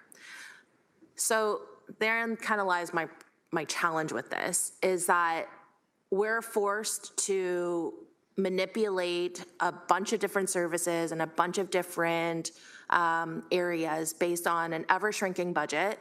But then at the same time, the city of Hamilton is still increasing their portion because we have to make sure that they are, those programs are still being provided for. So I wonder, do you have any sense of an advocacy side here? Because I know that we need to go to the province to have these portions advocated for. These programs are also ever-changing. I think about the Healthy Babies program, which we've placed a significant importance on. However, now I don't understand the split there. I don't know how much of that is province funded versus property tax funded, but we still need to have that kind of program and we still need to see those outcomes. So is there an advocacy component to this budget? Chair, through the chair. And just to point out a couple of things, so this is for our full budget. And I was just thinking if I've got a way I can actually show it a little bit more clearly. And it happens to be at just about the ratio for just the mandatory programs piece. And so I'm just going to go back to one more, to this one. And so you can see a little bit more clearly, that's why we split out the base mandatory funded programs from the other supplementary funded programs. So the board is responsible for providing those base funded programs and ultimately ensuring that those are funded. The province currently sits at about, we still sit at about 6634. I'd have to bring back to you the exact piece. It may have gone down to 6535 in terms of the funding ratio for the base mandatory funded group. On the federally and provincially and municipally funded ones, the municipality, of course, has chosen to provide those programs and services. And so we were very careful to separate off from that municipal group the things that are that they chose to continue to fund, but are really parts of those other provincial programs. And in fact, that's what we did with the base mandatory programs as well, because historically council had chosen to fund things, but they fit very well with the mandatory programs. And so we said, well, not only should you fund these pieces here, but you should fund these other things that the city has done. So a lot of our air quality work was in fact in planning and economic development. And then it came over to us and we're like, well, this should be eligible for cost sharing. So some of it does represent that kind of growth as opposed to just going on the mandatory programs that the province had done. But you'll see here with the provincially funded group where we're sitting today in terms of how much is being funded from the levy and how much is being funded from the province or the federal government. The federal government, those are essentially full 100% grants, but with the province we have a little bit more of a challenge in terms of, again, continuing to fund at a higher level, even in those 100% funded ones, which are not mandatory, those pieces, in order to keep up service levels for things that are very much in need. So in terms of going back to your original question, which is about the advocacy piece, every year when we've done these budgets now, for some time, we've included with the budget submissions advocacy around funding for the base funded programs and with each of those provincially funded programs to say, to make really clear, this is the funding that is being provided overall. This is how it's breaking down. This is where what we would like to see in terms of an increase in funding from those groups. At times, there's been success. We've had increases in funding, for example, on the provincially funded programs. What was it, 9%? last year from Healthy Babies, Healthy Children, which has actually reduced the impact compared to what it would have been. And so at times it is successful and at times it's not. It is, I would anticipate it's a little bit harder this year because the province has been so caught up in many other issues, as we know. So, but yes, would always say that that advocacy should be included and those reminders made, and indeed doing that through the Association of Local Public Health Agencies as well. And that's where attending at those conferences is also an important part. Okay, thank you for that.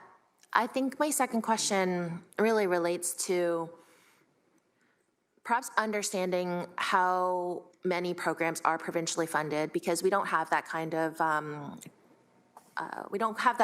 viewpoint as to understanding how much are being provincially funded versus how much is being supplemented by the tax levy. We also don't know, because the 100% federally funded ones, it would be nice to know, but I get that they're 100% federally funded, so they're kind of like right off the top. So I think I would like to see a little more information on which provincially funded programs we have. And I'd like to perhaps take that offline to understand what the efficacy of these programs are, because again, I think my big challenge is the fact that we're getting less and less monies from the province for these provincially funded programs, and we're supplementing them with tax levy. So I just really would like to understand which programs are being supplemented by the tax levy and how much of a split. So Chair, I don't know if that's a later thing or if that's something I can ask right now for direction, to provide that direction. Can I just before you go there? So I'll just refer you to page 18 of the budget book. Okay. In Appendix A. And you'll see within the divisional budget summaries, we've broken down each of those groupings into the programs that are funded. And you'll see both the gross expenditures, the revenue that comes in, and the impact on the levy for each of the programs. So I think, and happy to go through it with you, I think we've got what's there outlined, but if there's more that you'd like to have, maybe that's something we could talk further about or go through this and see if that's what you were thinking of. Yeah, I think I'd like to take that offline then, just because I do see it and I can kind of read it and I can kind of understand it, but I think I need more help. I need you to handhold this for me. So, okay. My last question then is, when it comes to our first couple of ones, which was the context for 2026 and the multi-year priorities, the slide 4, it was the priorities affirmed, equity across all priorities, demonstrating impact, community, and public trust. The health and all policies bucket is one I am genuinely interested in. And how do we speak about this in the context of this budget? Because how do we have that level of advocacy when we're talking about health and all policies across the entire city of Hamilton? So I think I'm just trying to reconcile, how do we do that across all of the rest of the budget in the city of Hamilton? Through the chair. So, I mean, one of the ways we do it each and every day is the work that we do with our colleagues across the city. And so, whether that's Kevin working on issues with, heat response, or whether it's talking with our planning colleagues around best design for community and our chronic disease prevention folks, working on those sorts of things. There's all sorts of ways we're working on it. And of course, when things come up, our ears perk up and we have good relationships with these folks. We give them a call and say, hey, we'd like to be a part of that. I think, when, especially for our counselors around the table, when they're hearing about those things that are coming up at meetings, that's a great time too, when you're wearing your other hat or on your other committees and whatnot, to raise the possibilities for that kind of work. And what we might bring to the table. And so, as I said, it's something that we're interested in, we know is important as well. And we go to every invite we get, and we know that there's some more we could probably go to and extend that impact. Thank you. Those are all my questions. Before I turn to Councillor Tatis, I just don't want to forget to say this. Perhaps what we could do, since you've verbally let everyone know today if you've got input or feedback or things you'd like us to consider. I'm not sure everyone's going to maybe have approached today's draft budget with that in mind. Could you put it back on the agenda for the next meeting, perhaps in November? And if people have questions, at least they can ask them then, and we can sort of have it there as a placeholder. Just to everybody else, right? If you haven't had a chance to look through it and think about things you'd like to ask questions about or more information about, just that it could be there for November, if that's okay. Councillor Tannison. To the chair, I have some questions on user fees, and I'll wait for the appropriate time. Great, that's the next report, I believe. I don't see further speakers on this. Oh, pardon me. Member Danko, you're online. We'll take the presentation down so we can see you. Just a moment. Thank you. Okay, go ahead. I'm just trying to get back to the initial screen. Thank you, and thank you to staff through the chair for the presentation. I just note that the draft budget does rely on certain levels of funding from the city and from the province. In terms of how we bring our funding forward to the province, what is our assurance that funding will be approved and that it will be provided? Do we have any contingency planning or contingency funds? I didn't see any specifically mentioned in the budget that would allow us to address shortfalls if we had, say, provincial funding that comes later than expected, or if they don't necessarily approve what we put forward. Just being mindful, in other sectors, there's a lot of uncertainty right now in terms of funding. And so I'm just looking to understand what's our I guess, proactive risk approach in terms of that funding that we rely on. Thank you. Through the chair, it's a great question, and so there's a few things. One, of course, is maintaining close relationships with our colleagues at the provincial level, who are responsible for the programming and are happy to share with us what they know at their level that will impact our budgets as we go forward. So for the mandatory programs, we have been told that we will get 1% increases for 3 years, and this is the last of those 3 years. 2026 is, and so I would say we're not too worried at all about that piece of it. We know, though, that they are working on a funding formula redo and for 2027, and so that will become more of an issue once we get to that point. For the other programs, generally, we have, the federal programs have either consistently been provided for many, many years, and we haven't seen and we don't expect any changes, or they're new grants that they've just given us on a temporary basis, and so they're pretty much assured. For the remainder of the provincially funded programs, we rarely see erosion in base funding. It's not to say that we've never seen that happen, but it's fairly rare, and when it does occur, we usually manage it within year to address it.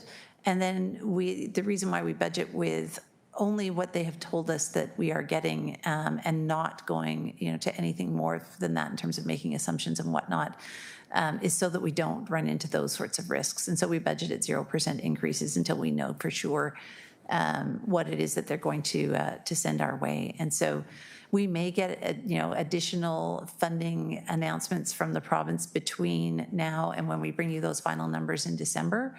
But if not, that's why we will hold it at the 0%. And then the contingency really comes the other way around about the joy if there is additional funding that's presented rather than the risk of them not giving us something we had hoped might come. Thank you. And through the chair, if I could ask a follow-up. By all means. Thank you. And so if I could just get some understanding around public health's ability to carry forward, you mentioned there's reserves and whatnot that were mentioned in the budget. What is the ability to carry forward increase perhaps costs associated with maybe something that is an emergent issue into a future fiscal year? Or are we like the city where we have to have a balanced budget and we need to maintain our expenditures in line with that a balanced budget? Through the chair, we maintain our expenditures in line with the budget to stay balanced. There is a little piece with the province where they're working on a April 1st to March 31st fiscal year. And so at times there is a bit of interplay with them around what they might allow to be funded now versus later, which sometimes helps us out in costs that we might be able to smooth out into the new year to some extent, but that's generally relatively minor. It has helped us in the occasional year, but generally a fairly minor contribution. Thank you. And through the chair, just one last question. Given the formation of this board as a semi-autonomous board, we've seen a number of opportunities and discussions that have led to some direction from the board that would increase work in an area that perhaps is not budgeted for. I'm wondering what the ability is for staff in public health to be responsive to potential, emerging direction that isn't already planned out for the next budget year, given the challenges that you've expressed over the last couple of presentations around budget and funding, and really, quite stringent and efficient budget that you're presenting leaves little room for additional opportunities that create costs. Like an example would be exploring the wastewater testing to see if that was something that we could do. Another example would be the community engaged approach that we've been talking about around the black soot. Those all have staff costs, even if we don't necessarily contract those out, although that was also proposed and sought after. So I'm just curious to know how much wiggle room is there for this board to provide direction that's not already part of the next annual plan?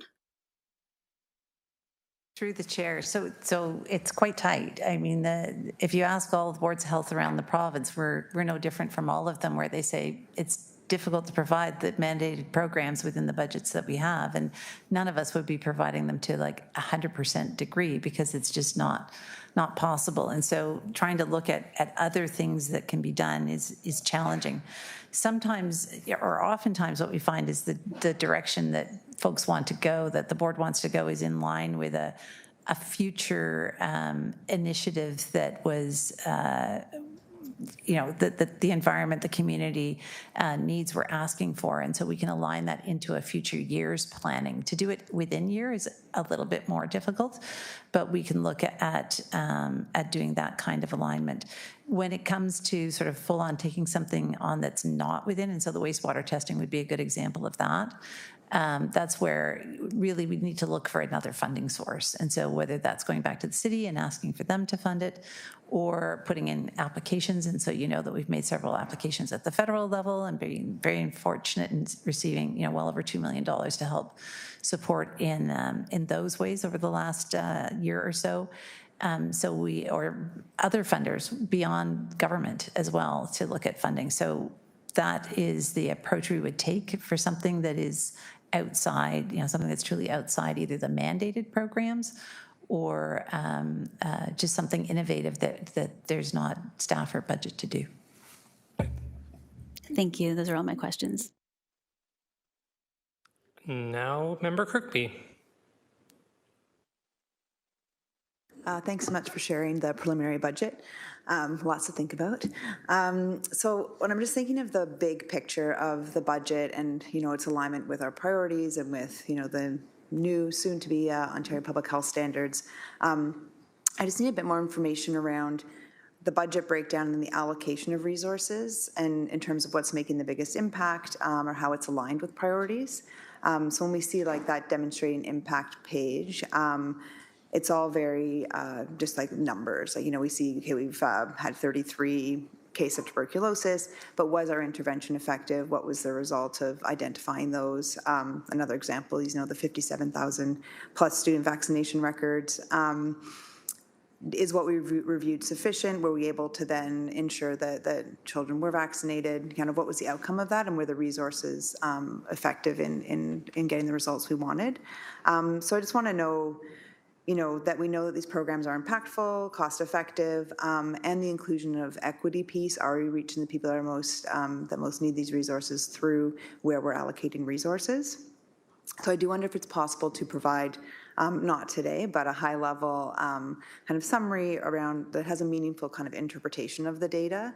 And a rationale for why funding is allocated the way that it is, that we can have a good picture of how the budget aligns with the priorities, with the outcomes that we're hoping to achieve over the next 3 years through these next priorities. Through the chair, and I'm reminded that not every municipality, because that's my experience over the last 30 years, are municipal budgets, but not everyone budgets the way that Hamilton does. And some of them do it exactly as you're saying. They outline it by priority and where it's funded. So Waterloo historically had budgeted that way, and there are others that do as well. And so we can, it's part of the tricky business of numbers in terms of there's so many of them to consider it and in so many different ways.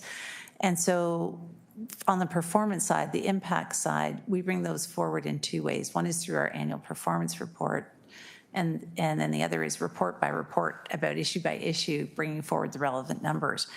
And trying to figure out a way so that you're not just looking at tables and tables and tables and tables of numbers without a lot of meaning. For the breadth of programs and services that we do is a challenge for us. And it's a challenge we've met in various ways. And so, for example, on the equity side, we've incorporated into each report the equity impacts or the equity relevant numbers that we need to consider in that programming as we go forward. And so that's something we'll continue to look at. How can we line that up so that you can see those things? I think it is very challenging because of the numbers of difference of types. It's like 67 diseases of public health significance that we follow up on. So showing, each one of those, and is it for tuberculosis is what we're doing, and where is it at? And some of it is all based on what we know is from the evidence is impactful rather than demonstrating it each time.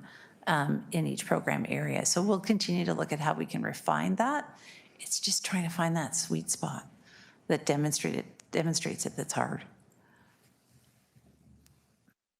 I agree. I don't think having the granular data or, going deep into the details is what's necessary, but I think being able to summarize or say, we've done our evaluation, we've done our pieces, and this does line up, just to actually name it and draw those links and to say that, this is a budget that is based in evidence and on what the work that we're doing and aligns with our priorities as a kind of a check mark so we know like the work has been done. And then of course we can ask, more details if needed, but just to provide that, to kind of be really intentional about it to show that work has been done.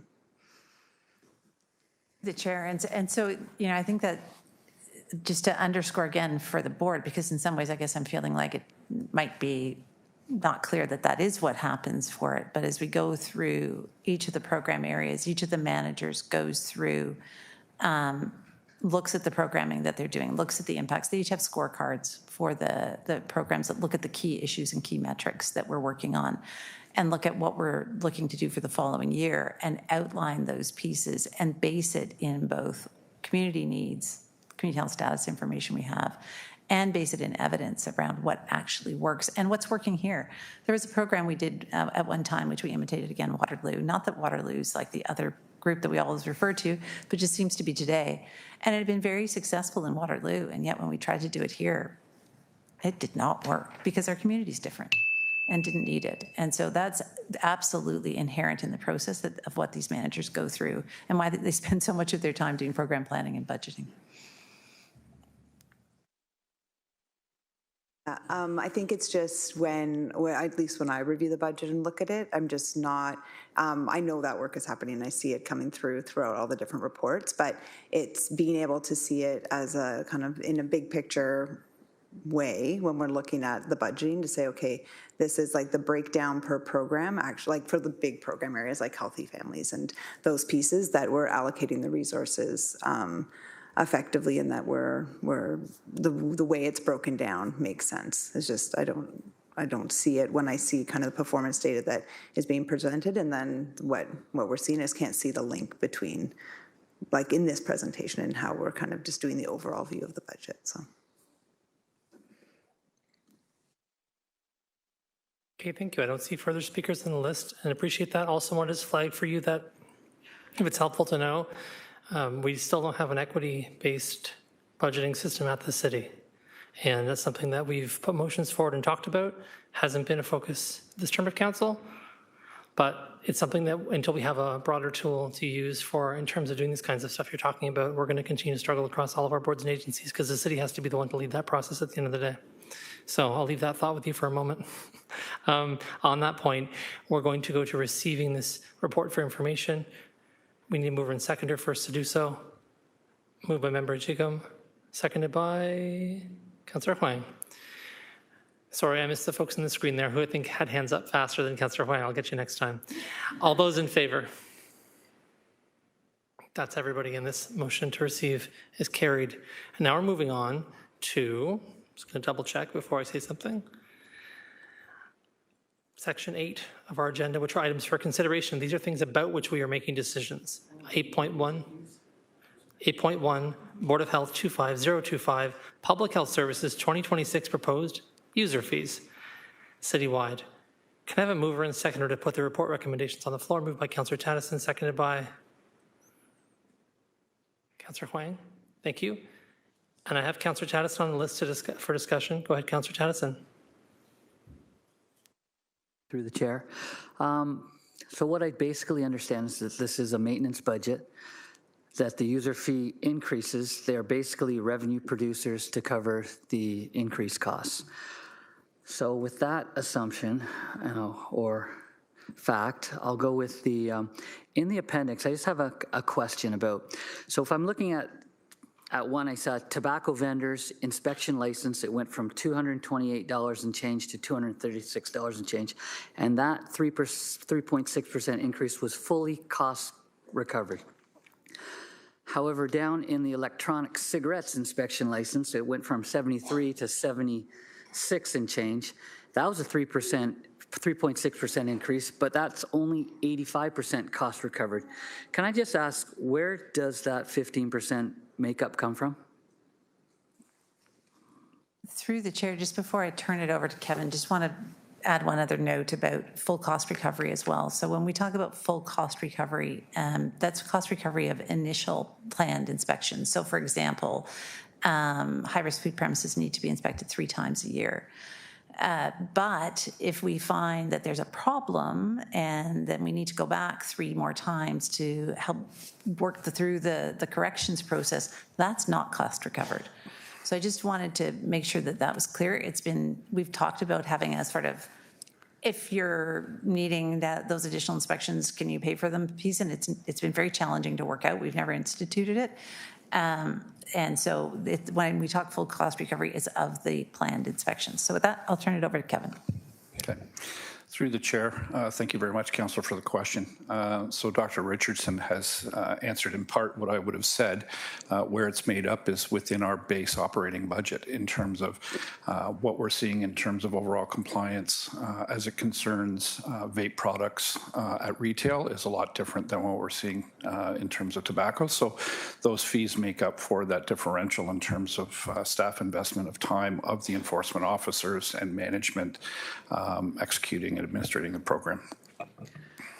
Okay, thanks for that. I just have a suggestion going forward. In my opinion, for vendors that profit off of human frailties, our vices, or addictions, I'm fully in favor of higher user fees. And so I'll just throw that in there. It's like if we want to update that, and if there's a motion at some point later, I would forward that, but not today. Go ahead. Thanks. Through the chair, although it wasn't a question, Councillor, I would just add that, in our assessment provincially, Hamilton is among, I think we're probably second in the province in terms of the overall fee structure for tobacco and vaping licenses at retail. I think we're second only to Ottawa. We were, I think, among the early adopters of full cost recovery, given the provincial funding formula and what we're experiencing in real time in terms of overall compliance inspections. also highlighting too that we cannot arbitrarily just raise fees commensurate with a population health problem. It has to actually be rolled back to a level of service. And so this dynamic between the differential and fee structures is roped back to the levels of services we provide in terms of ensuring compliance at the community level for this provincial legislation and regulation. Okay, thanks for that added information. I appreciate that. Seeing that there are no further speakers on the list, I'm going to pass the chair over to Vice Chair Joseph so I can refer this back to staff, and I'll need a seconder obviously for that. But yeah, I want to refer this back to staff with a couple of instructions. Number one, that we look at what the increases would be to fully cost recover. So maybe at the 75% level and then the 100% level for cost recovery. So we know what those amounts are. And also if we can look at two things that were also raised. One, about if there's a value in adding a not-for-profit rate in certain situations, if there's not-for-profit organizations versus organizations that are not-for-profit, so for-profit, I guess. Because I know what we discussed before is that there's some strain on certain events, especially from special events that happen and public health fees. And so maybe there's a reason why we're keeping some of our fees a bit lower to make them more accessible for not-for-profits because they have to go through inspections.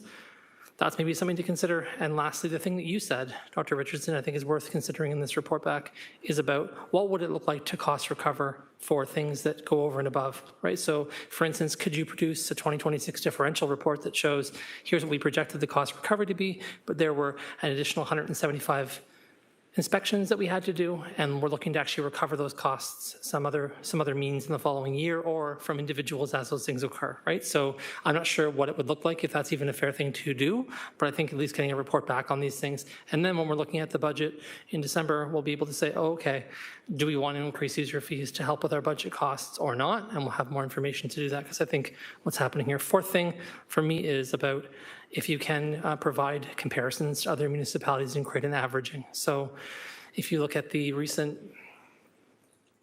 police review on the same subject for user fees, what they did was looked at the Big 12, did a survey of the Big 12 organizations, and then brought back, this is what everyone's paying, and then had an average, right? And that averaging ended up being very helpful in terms of understanding if we were really below or really above an average. So I want to also know what that is as well if we could. Is that clear? Okay, cool.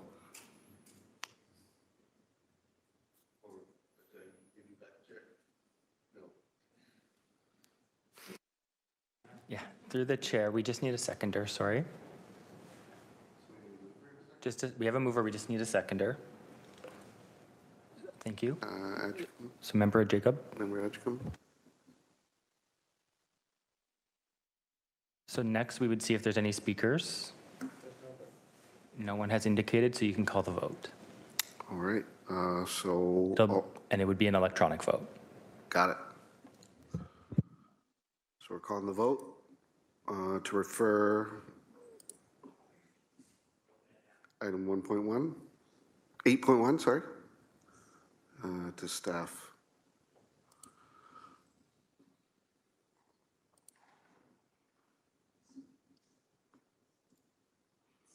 So through the chair, the vote is opening very slowly.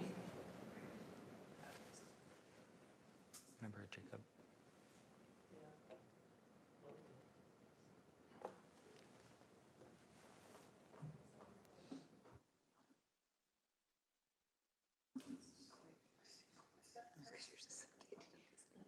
Is now open. Councillor Nan, did your vote pop up? You were marked absent, so it might not, but thank you. Member Johnson, are you in favor? Thank you. I see Member Danko, hands up. Member Joseph, are you in favor?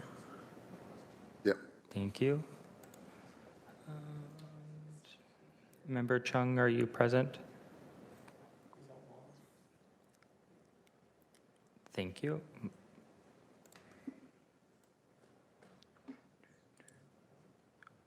And Member Jansen, are you in favor? I am, yes. Sorry, the vote's not popping up, but yes. Thank you.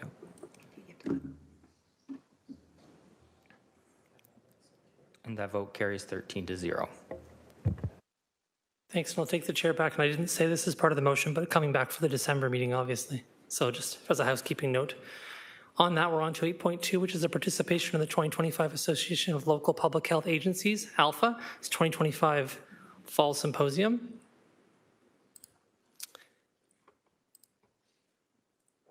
And we also, I think, need to still receive, no, it's been referred, so we don't have to do anything there, never mind. And so on 8.2, I need a mover and a seconder to put the report on the floor. Moved by Councillor Huang, seconded by Councillor Nan. And at this point, what we're trying to do is figure out if there are folks who want to go. Unfortunately, Councillor Kassar and I both have to be at a West Harbour Development Subcommittee meeting and a couple of other meetings, so we can't go. And I'm not sure if anybody else can make it on the days prescribed. Primarily, those are on November 5th, 6th, and 7th. And so this is the moment here. If you'd like to attend on behalf of the Board of Health to the Fall Symposium, you may. I'll just pause in case anyone wants to do so. Just so you know, we're also working with the local ALPHA folks and others to get some more advanced dates for 2026 so that we can give people notice that these things are happening with more notice and hopefully have more people attending. I recognize, and of course we all recognize this is a bit short notice. I'm not seeing any interest at this time, but I think what we can do is say if there are folks who express an interest between now and the time that it comes forward, that we could include those folks here, but I'll turn to the clerk and see if that's allowed.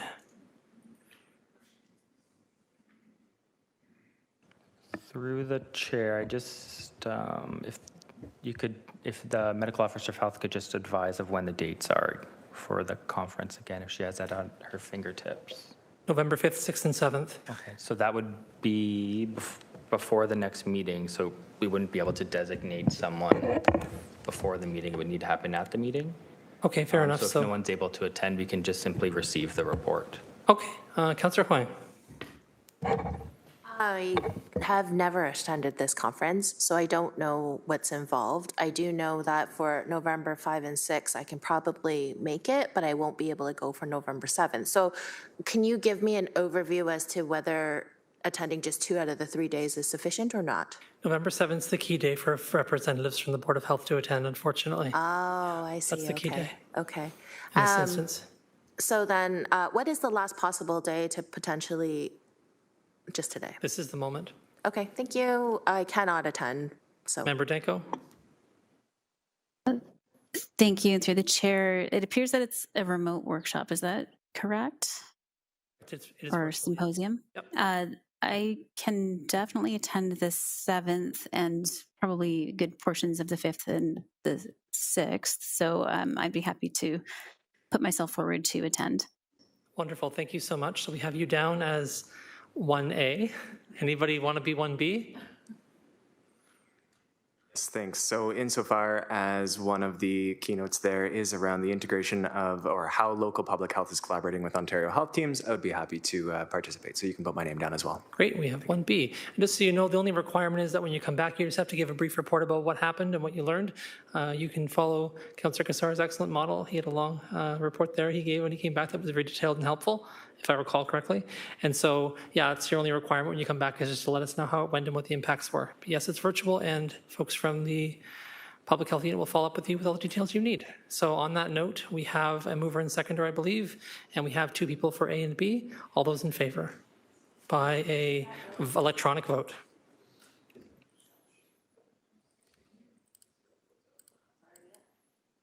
Thank you. I got Member Johnson. Vote.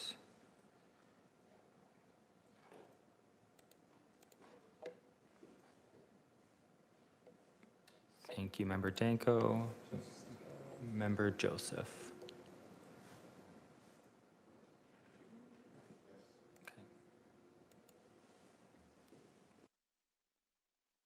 And that carries 13-0. On that note, we have one more thing on our agenda, which is 12 bylaws. Before I get to that, though, anyone wanting to introduce a notice of motion at today's meeting? Don't see that. Just as a note, if you ever did want to do that, the best practice is just to make sure you have something in writing you can share with everybody. We don't actually debate notices of motion here, but we put them on the agenda and make sure everybody can see them. So for accessibility purposes, if you ever want to do that, just make sure you have it in writing and you circulate it, at least when you're planning to do so. with as much notice as possible. We're on to item number 12, which is bylaws.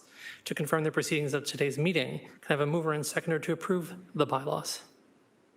Moved by Councillor Huang, seconded by Councillor Kassar. Any discussion on approving the bylaw for today's meeting? Not seeing any. This will require an electronic vote, so please vote yes or no in favor of approving the bylaw for today's meeting.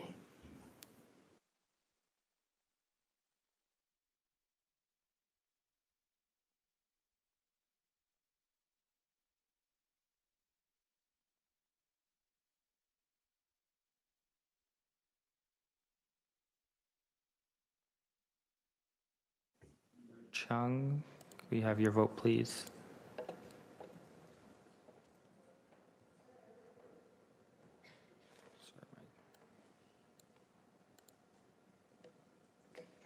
Member Chung, we just need your vote if you could. Member Chung's thumb was up. Okay, thank you. Same with Member Johnson. And that carries 13-0. As there's no further business at today's meeting, the Board of Health is adjourned at 11:39 a.m. Our next meeting will be held on Monday, November 10th at 9:30 in the morning. See you then, and thank you all for being here. And thanks again to Member Jensen for your first meeting. Congrats, you survived. See you again, everybody.